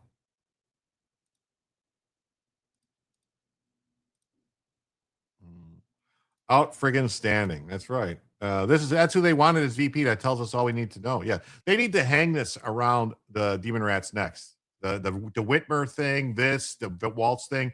Every ad should be talking about that. Every ad in the election should be talking about this is what they do. This is what they did. This is how they do. So public schools in Los Angeles face the prospect of financial insolvency and can run out of money within a year. Do you think this problem will be solved with another term for Mayor Bass or the Democratic Socialist, the Communist, Nithra Raman? What percentage of students served by the school district do you suppose are in the country illegally? A third? Half? The LA school district could run out of money within about a year. The nation's second largest school district, which serves more than 500,000 students, faces insolvency, prompting the LA County Office of Education to take action. I think something everyone's was hoping to be avoided, but I don't think it's really a surprise to anybody. The county officials say they were projected to be more than $230 million in the hole in November. In response, the county superintendent has appointed a fiscal expert, given the school board 45 days to fix its budget. I think it might actually be a good thing to have sort of like a neutral pair of eyes on their budget. Officials cited massive union contracts estimated to cost more than $1 billion annually, along with declining enrollment and reduced state funding as factors contributing to the growing deficit.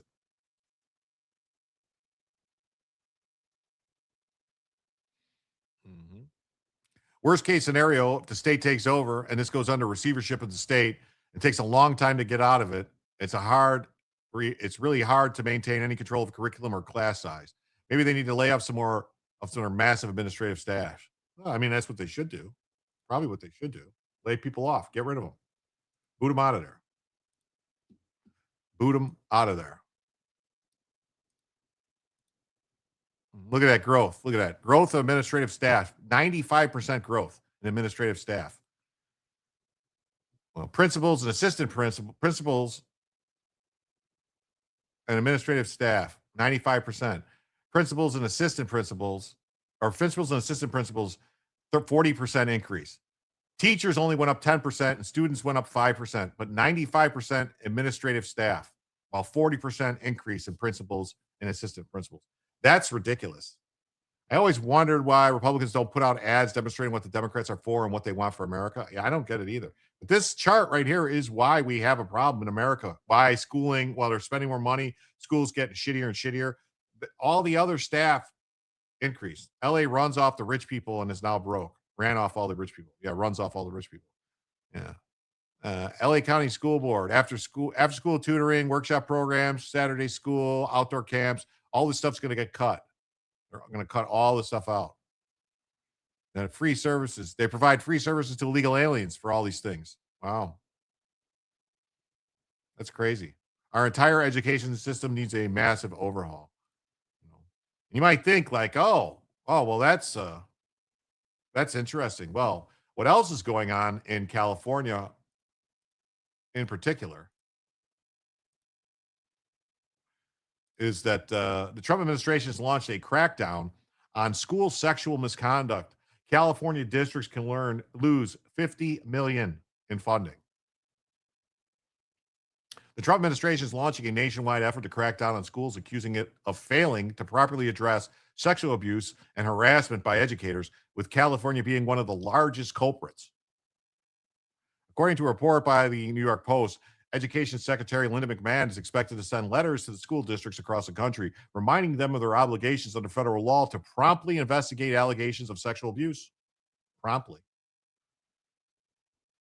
The Department of Education will open 20 civil rights investigations into school districts whose federal data submissions suggest they have failed to adequately respond to sexual misconduct. Hey, what's up? How you doing, anonymity? Good to see you. LA is a complete shithole. Everybody wanted a piece of the pie. Yes. Our schools must protect America's children. Parents should never have to wonder whether their school kids are being preyed upon by sexual predators. Civics should be mandatory. Many pedos in the classrooms in Cali. Yes, many. This initiative, we are holding school districts accountable because every child deserves to learn in a safe environment, free from sexual abuse and harassment. California is among the states receiving the heightened scrutiny. 3 schools across 2 districts looking to lose $50 million in Title I funding if they're found to have violated federal law and refuse to comply. In May, investigation from ProPublica found that 67 California educators retained their teaching credentials after the school districts found out that they sexually harassed students. At least a dozen of those individuals were even able to remain employed in education. What? One case cited by the federal officials included a student who complained that a male educator had touched her thigh, stomach, and shoulder. In response, that teacher was merely transferred to another high school. At the new school, more female students accused the same teacher of staring at their breasts and touching their buttocks, to which the teacher simply received counseling and sexual harassment workshops. It's the unions. It's the unions. It's the teachers' unions protecting them. It's the teachers' union. It's crazy. It is crazy. It's crazy. It's insane. It's the freaking teachers' unions. Yep. Oh, look at this. Wow. The International Criminal Court prosecutor who sought to arrest Netanyahu over crimes against humanity was found guilty of predatory sexual misconduct. Say what? Say what? The International Criminal Court's own internal oversight body just exposed its chief prosecutor, Karim Khan, as a sexual harasser who abused his power over a junior female subordinate. The 21-member Bureau investigating the allegation concluded that Khan engaged in sexual activity with a junior staffer, constituting sexual harassment and abused his authority in the process. He pressured her into sex amid a blatant power imbalance. Khan later tried to dissuade her from pursuing the misconduct claims against him. The UN investigators laid out the disgusting details. He would grab and paw at her breasts, trying to access her pelvic area and suck on her neck. Wow. Khan never clearly denied the relationship despite being given 30 opportunities to do so during the UN probe. His main concern at the time, whether the woman might have made recordings implicating him. Only after it became clear no recordings existed did he offer denials, which the report slammed as devoid of credibility. At least 2/3 of the Bureau's members found his credibility utterly lacking. Like, why? The UN, we need to kick the UN out. We need to kick NATO out. We need to get away from these people. On the other hand, Khan strongly denies all the allegations against him. His lawyers told Reuters the decision is illegal, procedurally unfair, and not supported by evidence. Wow, they actually protected a male teacher for once. I'm legit impressed. I'd like a California a lot more, like 95% more, without all the people that live there.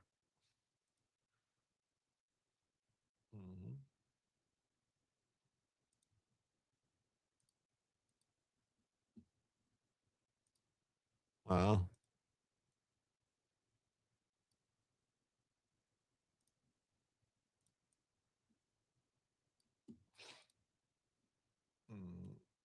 So Khan previously served as a prosecutor, was appointed chief prosecutor 5 years ago, has been on voluntary leave since last May. He has been suspended from his position. Khan's future will be decided in New York City when assembly of the 125 member states convene for a crucial vote. As of now, it's unclear which direction the vote will go. Nevertheless, the court clarifies that even if Khan is dismissed, it will have no impact on the arrest warrants he issued. This is the same Khan who back in May announced the ICC's application for arrest warrants against Israeli Prime Minister Benjamin Netanyahu and Defense Minister Yoav Gallant. Khan accused Netanyahu and Gallant of war crimes and crimes against humanity in Gaza starting October 8th. On the basis of evidence collected and examined by my office, I have reasonable grounds to believe Benjamin Netanyahu, Prime Minister, and Defense Minister bear criminal responsibility for war crimes. Starvation of civilians is a method of warfare. Sorry, I don't know how to be diplomatic. Don't worry about it. I'll reiterate, aiding and abetting foreigners to enter illegally, especially the anchor baby angles, should carry the death penalty. Good to know.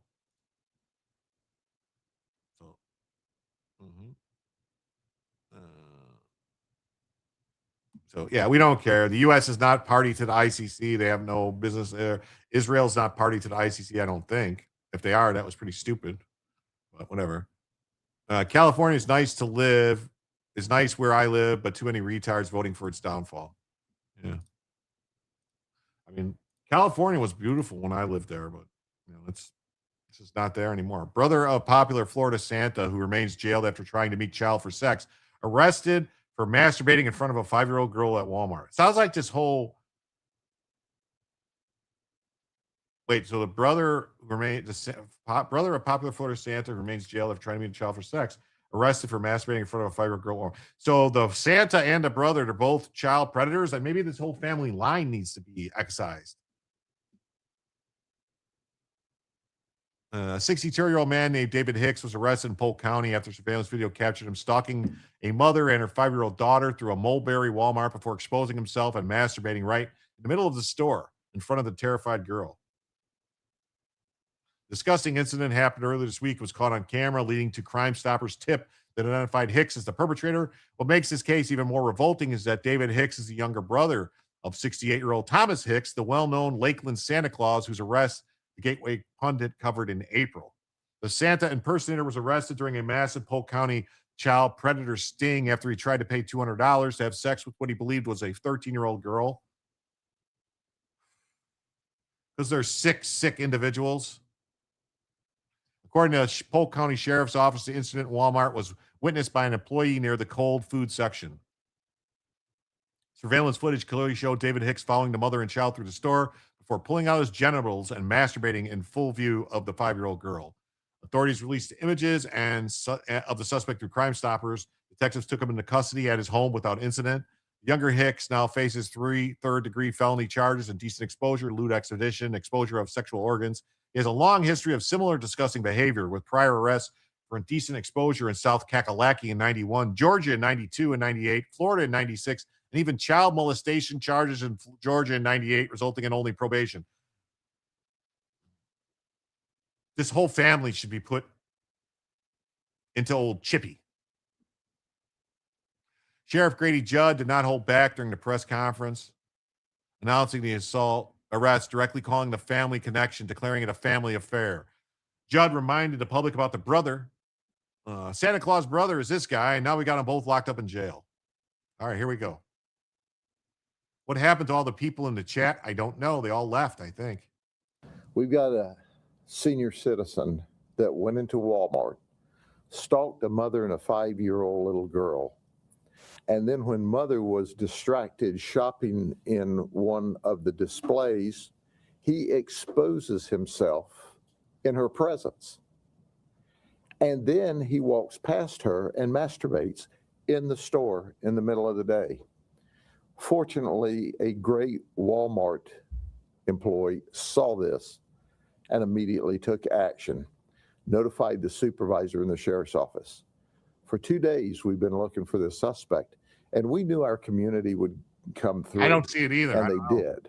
It's not you. You're but fine. Let me give you a predicate before we start that. Let me remind you of something. Do you remember Santa Claus? Tom Hicks?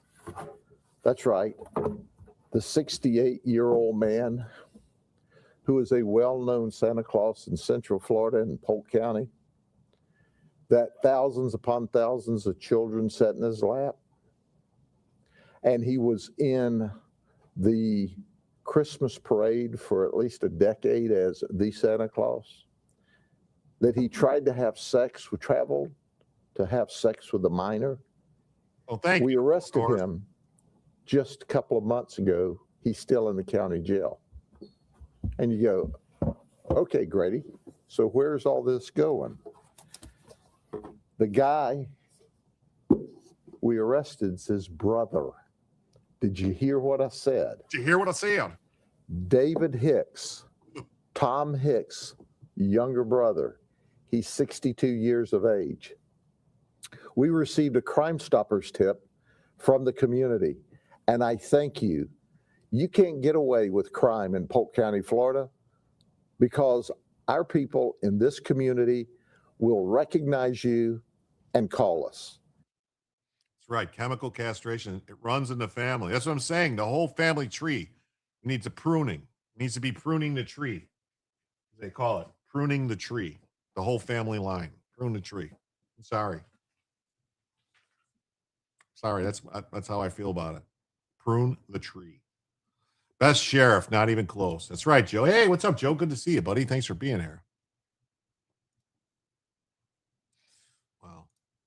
So the man originally, George Quigley, contacted an undercover detective posing as a 15-year-old on a dating app, arranged to meet for sex, was taken into custody. Wow. This guy legally changed his name to Santa Claus. Predator busted. Wow. Quigley had a long white beard and was wearing all red when trying to meet their child, raising questions about predators deliberately associating themselves with Santa to gain access to target children. Wow. That's crazy. Gateway Hispanic says, Mexico's first openly gay mayor slain in a Guadalajara as World Cup highlights more than 135,000 disappearances and more journalist killings. Wow.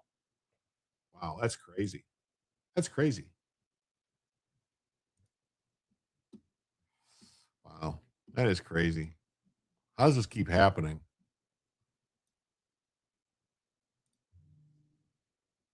How does this keep happening? Just listening, getting ready to return to the best state. Awesome. Mexico hosting the FIFA World Cup was meant to showcase national pride, soccer passion, cultural unity before a global audience. Instead, the tournament has unfolded against the backdrop of some of the country's deepest crisis: cartel violence, forced disappearances, killings of public officials and journalists, and protests by families searching for loved ones. July 7th killing of Benjamin Medrano Cazeda, Mexico's first openly gay mayor, brought those realities even in sharper focus. He was shot and killed in Guadalajara, Jalisco, after leaving an ice cream shop in the Santa Elena de la Cruz neighborhood, according to authorities. Gunmen riding on a motorcycle opened fire multiple times, striking him in the head and face. He served as the mayor of Fresnillo, Zacatecas, one of Mexico's largest municipalities and a strategic corridor for drug trafficking. Before later serving as a federal deputy, he made history as one of Mexico's first openly gay mayors and was also a singer, businessman, and owner of a gay bar in Fresnillo. Wow. Hermanos, volvió a pasar. Él era el externa, quien denunciaba a los políticos, quien denunciaba a los militares poderosos, quien denunciaba a los empresarios con mucho poder y dinero. Fue brutalmente secuestrado y asesinado otra pinche vez. Alex, la última vez que fue visto con vida fue el 20 de junio. Escuchen esto, fue el 20 de junio. Se tardaron 13 días en publicar su ficha de búsqueda. Hasta el 3 de julio la publicaron y ¿qué creen? Ese mismo día, mágicamente, apareció brutalmente asesinado con signos de tortura. ¿Qué coincidencia, ¿no? En este pinche país. Otra vez. ¿Cuál fue el error de Alex? Creer que iba a tener el apoyo de la población mexicana. Creer que podía luchar contra los poderosos. Creer que está bien cuidar el medio ambiente en nuestro país. ¿Merecía morir? Por supuesto que no. ¿Merece que lo olvidemos? Por supuesto que no. ¿Qué chingados vamos a hacer? Lo vuelvo a decir, México es el país más peligroso para denunciar a los poderosos. México es el país más peligroso para denunciar a los políticos, porque te matan, te asesinan, te desaparecen. Así de rápido pierden la vida las personas que se están jugando el pellejo denunciando el mal. Hace menos de un mes fue Roxana, ahora es Alex, carajo, hermanos. ¿Qué chingados está pasando en el país? Ya ando molesto, ya ando triste, ya ando decepcionado, porque es mi país, es mi patria. Es mi patria. Alex se dedicaba a defender la naturaleza de México y personas ciegas por sus intereses económicos lo asesinaron. Lo mismo con Roxana, quien estaba investigando al gobierno de Veracruz y fue brutalmente asesinada. Pero ¿saben por qué sigue pasando esto? Porque sencillamente nos da igual, porque sencillamente olvidamos rápido, porque los políticos saben que van a salir con impunidad de esta, y no solo legalmente, mediáticamente, porque si realmente un político en un estado donde pasa esto sintiera las consecuencias, empezarían a dejar de pasar estas cosas. Pero como nos vale madres, como tenemos cada quien son nuestros problemas, como cada quien está muy cómodo en la comodidad de su casa con sus propios pedos, bueno, pues hay que ignorar al activista que dio su vida por el país. No es broma. Te voy a dar el mejor ejemplo. Rocío Nale, la gobernadora de Veracruz, donde Roxana fue secuestrada y asesinada hace menos de un mes, ayer salió a decir esto. Que vamos a ponerle el nombre de una mujer. Queremos ponerle el nombre de una mujer, pues porque es la primera mujer que es gobernadora. Imaginen esto, Rocío Nale es la gobernadora del estado donde más personas desaparecen en el país.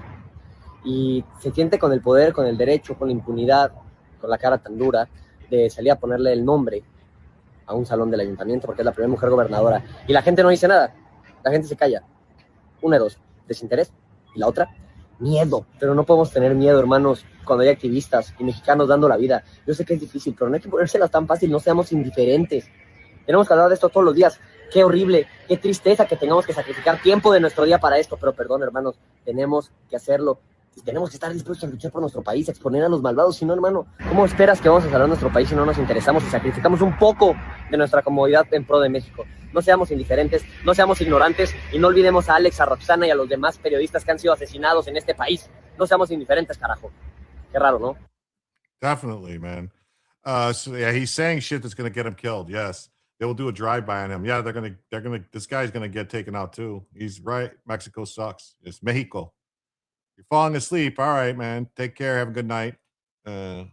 He's talking too fast. Yes. I've been drinking a bit. I need Cliff Notes. Well, the words were up there. It was closed captioned.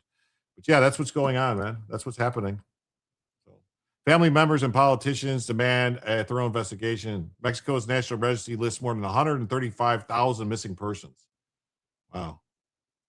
Mexico City, Guadalajara, Monterrey, relatives marched towards the World Cup venues carrying photographs of missing loved ones.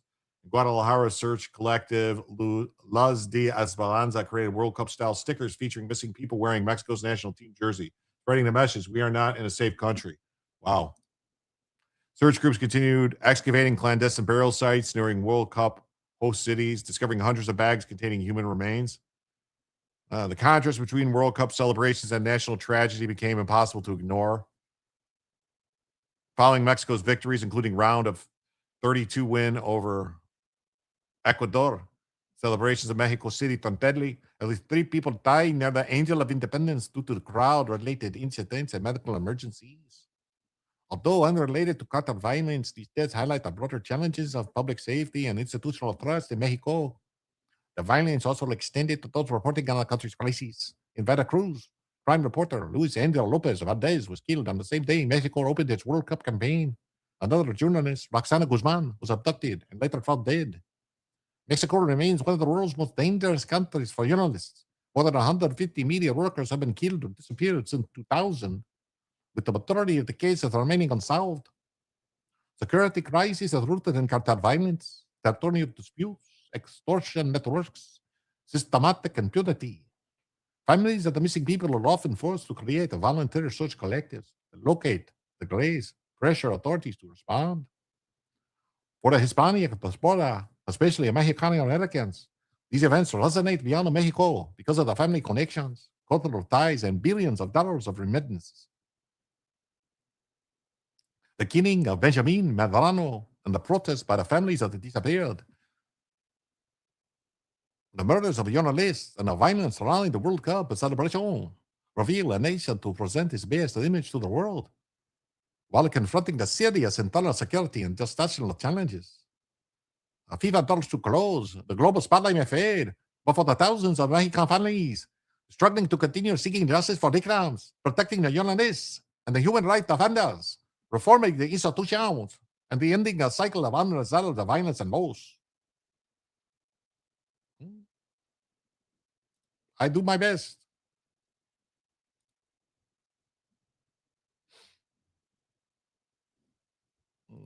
Mexico is the WEF ideal country. Yes, it is. CNN should go down and investigate. Yes, they should send down some of their best people to check it out. What's it say here? Texas State Rep Brian Harrison demands felony penalties on birth tourism. Rows of bassinets of Chinese women giving birth to new U.S. citizens. That's right. Texas Rep Brian Harrison is demanding felony penalties for those engaged in birth tourism. He declared on Fox News Saturday in America that he began to lay out a plan for Texas to take state-level action. He's calling on immediate special session. Immediate. Texas to change the law and make birth tourism a felony. Take me through the plan you have. Yeah, absolutely. I mean, first of all, I mean, I think every Republican state, but especially Texas, okay, these sovereign states need to stand up. We need to stop just taking it on the chin when these potentially republic-destroying, edicts come rolling down from Washington, D.C., like that abomination of a birthright citizenship ruling from the Supreme Court. We need to act, and we need to fight back, and we need to go on offense. And we need to do it now. So the state of Texas, what I'm calling for is an immediate special session. I want Governor Abbott to call us back to the Capitol right now so that we can make birth tourism a state-level felony. That is absolutely an option that's available to us under our state and federal constitutions. It's Texas. We get to decide what's legal and what's not legal to operate as businesses in our state. And then number two, something that doesn't even require a special session. We need the governor and his political appointee at HHS in Texas to immediately stop issuing birth certificates to illegal aliens and non-citizens. Because as far as I'm concerned, after that ruling on birthright citizenship, the fact that the state of Texas is still giving out birth certificates, not just giving them out, by the way, advertising them on our Texas government taxpayer-funded website, advertising the types of foreign documents that we will accept to get a birth certificate if you can just get here for long enough to have your baby born here and then leave to wherever country you came from. That is not only not fighting birth tourism, that is actually incentivizing birth tourism, and that is a betrayal of the 30 million Texans who call this state home. They need more than just rhetoric and talk out of their elected leaders here in Texas. They deserve action. Attorneys. Wow, that's awesome. That's what I'm talking about. That's what I'm talking about. Get it done. That's what I'm done. Get it done. Stunning images reveal houses across Texas. Here we Here go. were rows of bassinets of Chinese women giving birth to new U.S. citizens, sometimes going back to the CCP. It seems to me pretty common sense what you're This proposing right in the here. legislature. Get them Are addicted to any of your weeds with their colleagues eyes on completely board? Do you think closed. this will actually They can't pass, see making anything. birth tourism a felony? Well, I've only recently called for this in the past couple of days, but absolutely we are picking up momentum and support as every day that goes by. Representative David Lowen here in Texas has supported it, as well as U.S. Congressman Chip Roy.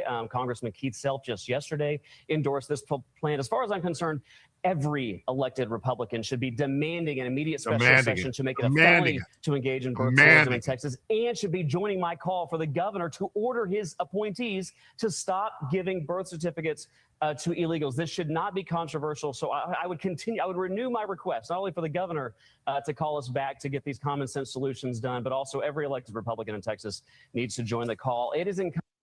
Wow. That's what I'm talking about. That's what I'm talking about. Get it done. Get it done. Is there more? Should Texas make birth tourism a felony? Yes. If you can get it here for long enough, you have a baby born here, then you lead to where country come from. Yeah, there you go. That's it. Get it done, Texas. Get it done, Texas. Get it done. Lock them up. Lock them all up. Lock them all up. Pure genius. So yikes, a bison at Yellowstone National Park sends a man flying through the air with a headbutt. Oh, this is good. What you get? Look at that. Whoa. Whoa, that looks crazy. Here we go again. A man at Yellowstone National Park was lifted about 8 feet in the air by an obviously agitated bison. The animal launched him into space with a simple headbutt. If you want to watch the video, you can see the man was trying to keep a distance from the animal, but it just wasn't enough. A man was seriously injured on Friday after being thrown 8 feet into the air by the angry bull bison. Mike McLeod, a professional photographer from Bozeman, Montana, said that the incident happened at the Bay Bridge campground south of the fishing bridge. McLeod said the man was walking with his grandson when the agitated bison made them targets of its aggression.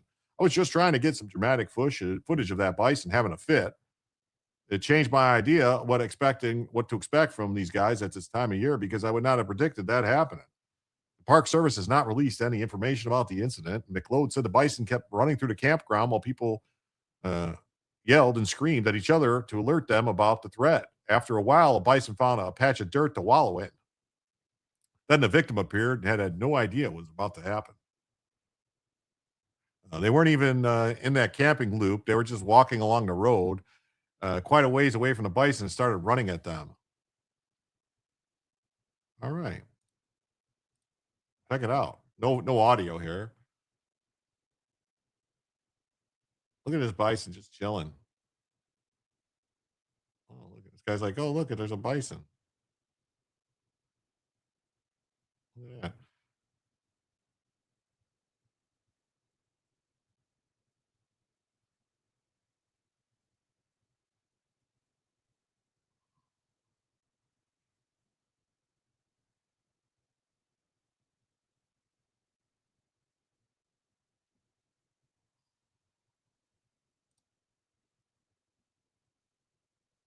Oh, it's chasing him around.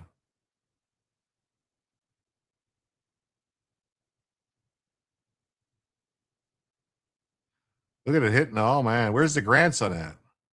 The guy should have ran and got on top of something, like a car or something. Wow. Whoa, yeah, that hurt. Wow, they are massive. Yes, they are. Can we borrow the bison to load up the planes? That would be nice. That would be nice. So, yeah, so stay away from, watch out, those bisons, man. They don't fuck around. They do not screw around, the bisons. Now, this story, an illegal alien truck driver in Indiana accused of running a red light, causing a 3-vehicle crash, badly injuring a child and a woman.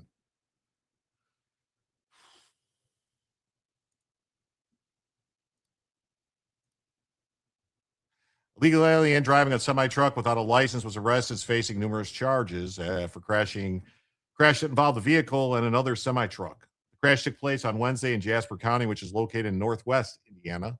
Emmanuel Lopez Tiamoco was living in East Chicago. He was accused of running a red light and crashing into a Buick on State Road 10. According to authorities, the force of the collision caused the Buick to hit another semi-truck. The grandmother driving the Buick and her 3-year-old grandchild were badly injured and had to be airlifted to 2 separate hospitals. Buford T. Justice. That's right. driver of the other semi-truck was transported to the hospital. He treated for his injuries. So WGN9 reported that the semi-truck driver is facing multiple charges. Jasper County Sheriff received multiple 911 calls. Emmanuel Lopez Tomoko of East Chicago is accused of disregarding a red light and colliding with a silver Buick on State Road 10. Haitians can't drive either. They're constantly causing wrecks. The ICE detainer was placed on Tomoko since he was found illegally in the United States. He was illegally in the United States. Illegally in the United States. Illegally in the United States. Illegally. Wow.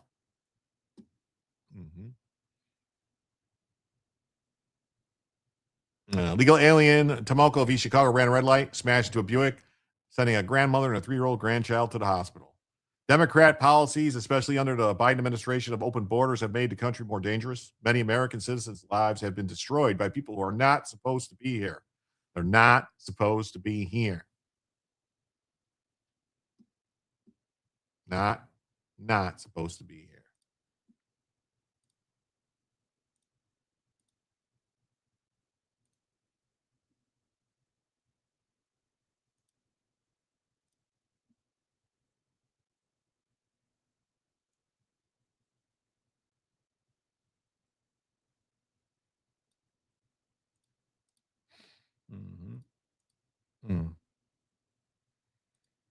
We got this story.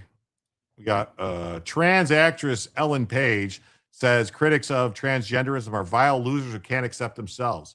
We're not the ones trying to change who we are. Yeah. Actress Ellen Page, who now identifies as a man, goes by the name Elliot, recently lashed out at critics of transgenderism, saying they can't accept themselves. That sounds like a little bit of a projection.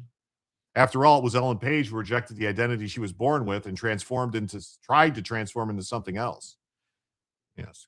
With Christopher Nolan's long-awaited, for one reason or another, adaptation of Homer's Odyssey debuting in less than 2 weeks, now is the time when movie studios' publicists are driven to drink.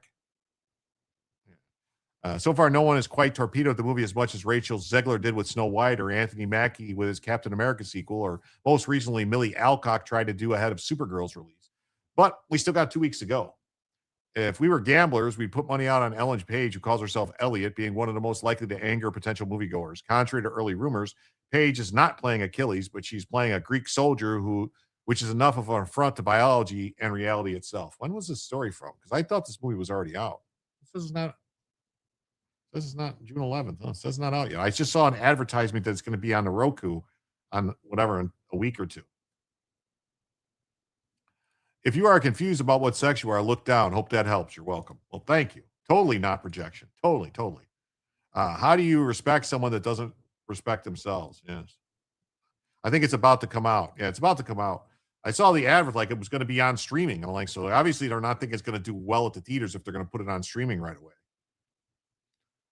If we were gamblers, we'd put money on Ellen Page being the one most likely to anger political moviegoers. Yes.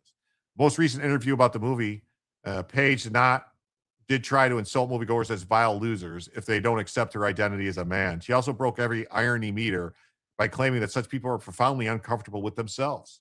I'm quite comfortable with myself. I hope for anyone who's sort of, struggling in this time and the headlines and just to know like that you're, not alone and loved and celebrated by so many, and try and block out the noise from, absolute vile losers who must just be so profoundly uncomfortable with themselves they can't handle that someone could get to a place that I think, that, trans people do get. They get to a place of delusion where they think they're the different sex, because it's impossible. You cannot change your gender. You can't change your sex. It's not possible. It's not scientifically possible. It's not us. It's not us. It's you. Yes, it is. It's you. It's you. Comfortable with herself, he said. Yeah. Crazy. This is communism doing this. Actually, this transgender stuff is all about communism. It thinks it's Johnny Depp. Yeah, it does.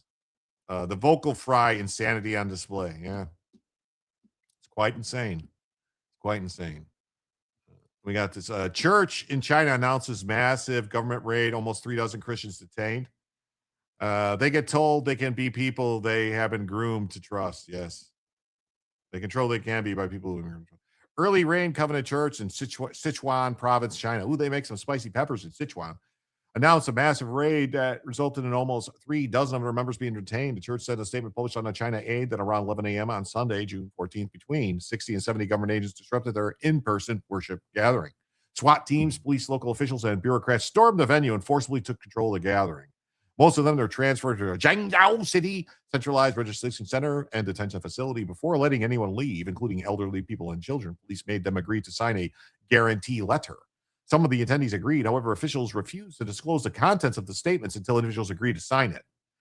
Because most believers refused to sign, they were never shown the document. Faced with pressure to sign an unknown statement, the congregation chose to remain peacefully and steadfastly in the hall.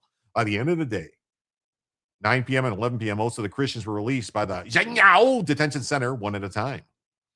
The elder Yang Hong and elder Wu Wing Wong Gao remained in custody.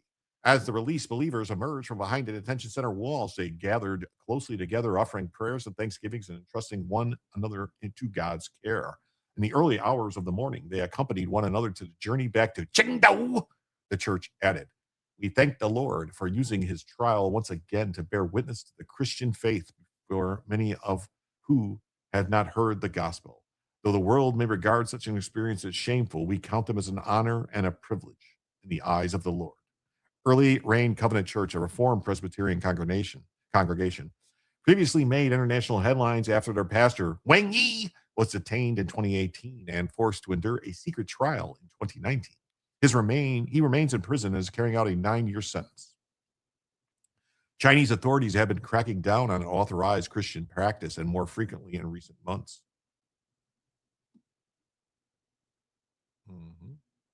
While the CCP allows a small number of missionaries to operate under strict government control, these regulations prohibit foreigners from preaching, sharing their faith, or establishing religious organizations without official approval. China has official Protestant and Roman Catholic churches that must affirm certain communist principles. Like the Pope is a communist, see? See? The Pope is a communist, and that's why they're able to have the Roman Catholic Church in China. See? See? See? See? See? See? See? See? See?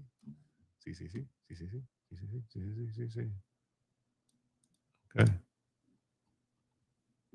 Says irony. One of the DSA activists who recruited Graham Plattner to run for Senate has also faced sexual misconduct complaints. Late night. Howdy. What's up, Doc? Great to see you. So, yeah, look at this clown.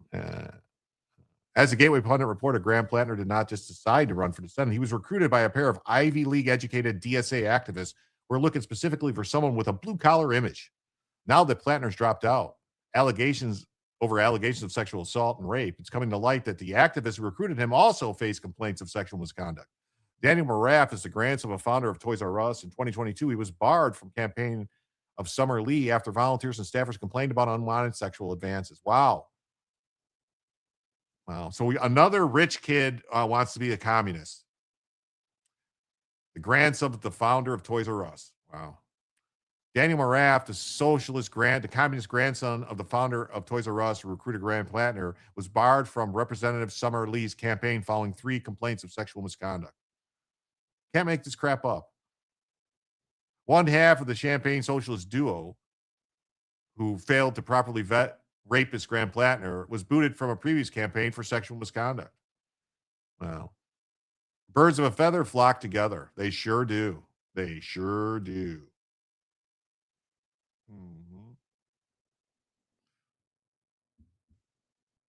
That's good news. That is good news. That is good news. That is good news. Good news. That is good news. Well, so we can just say that we hope that these guys all get what they got coming to them. That's what I say. This is some good news. Some good news. All right. Nearly $15,000 was raised for a Tennessee railway conductor fired for a patriotic July 4th announcement. All he said was America's the greatest country in the world. If you don't like it, go somewhere else. And they fired him. Nearly $15,000 has been raised for a conductor on a historic incline railway in Chattanooga, Tennessee, where he was fired after delivering a patriotic message to passengers on Independence Day. On our 250th anniversary, they fired him for supporting America. Jack Peterson, who worked as a conductor for the Chattanooga Area Railway on the Chattanooga Choo-Choo and operates the incline railway, made comments. In a statement, he says, the very, very few Americans on board, a very happy Independence Day. He added, to the rest of you, welcome to the greatest country on the face of the planet. If you disagree, you can leave. And they fired him for that. They fired him.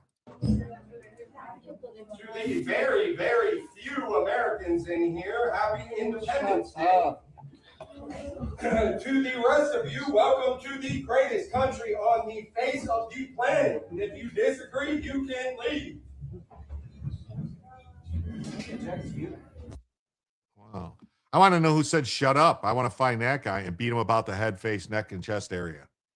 They have zero tolerance for language that demeans or excludes anybody. Oh, okay. Yeah.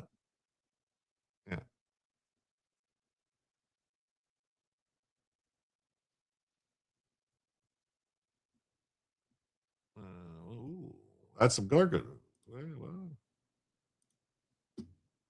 So yeah, so they raised 15,000. Hopefully he gets more money. He needs it. He lost his job.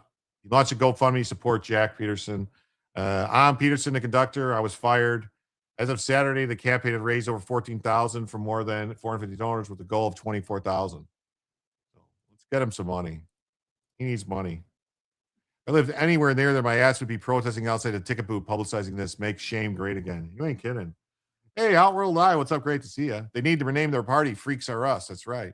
Fifth Circuit to reconsider Trump policy on mandatory detention bond hearings for illegal immigrants. The previous ruling determined that ICE could not detain individuals for more than 90 days without providing them an opportunity before an immigration judge.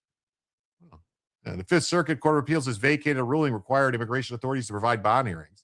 On Friday, a majority of the Fifth Circuit's active judges voted to vacate the July 2nd decision issued by a 3-judge panel. The decision is now being reheard in front of all the judges. 15,920. We need to get more. The now vacated ruling had sided with detainees in the Louisiana, Texas, Mississippi. The panel determined ICE could not detain individuals for more than 90 days without providing them an opportunity to be heard before an immigration judge for a bond hearing. The case centers on whether or not prolonged mandatory immigration detention violates the due process clause of the Constitution. It does not.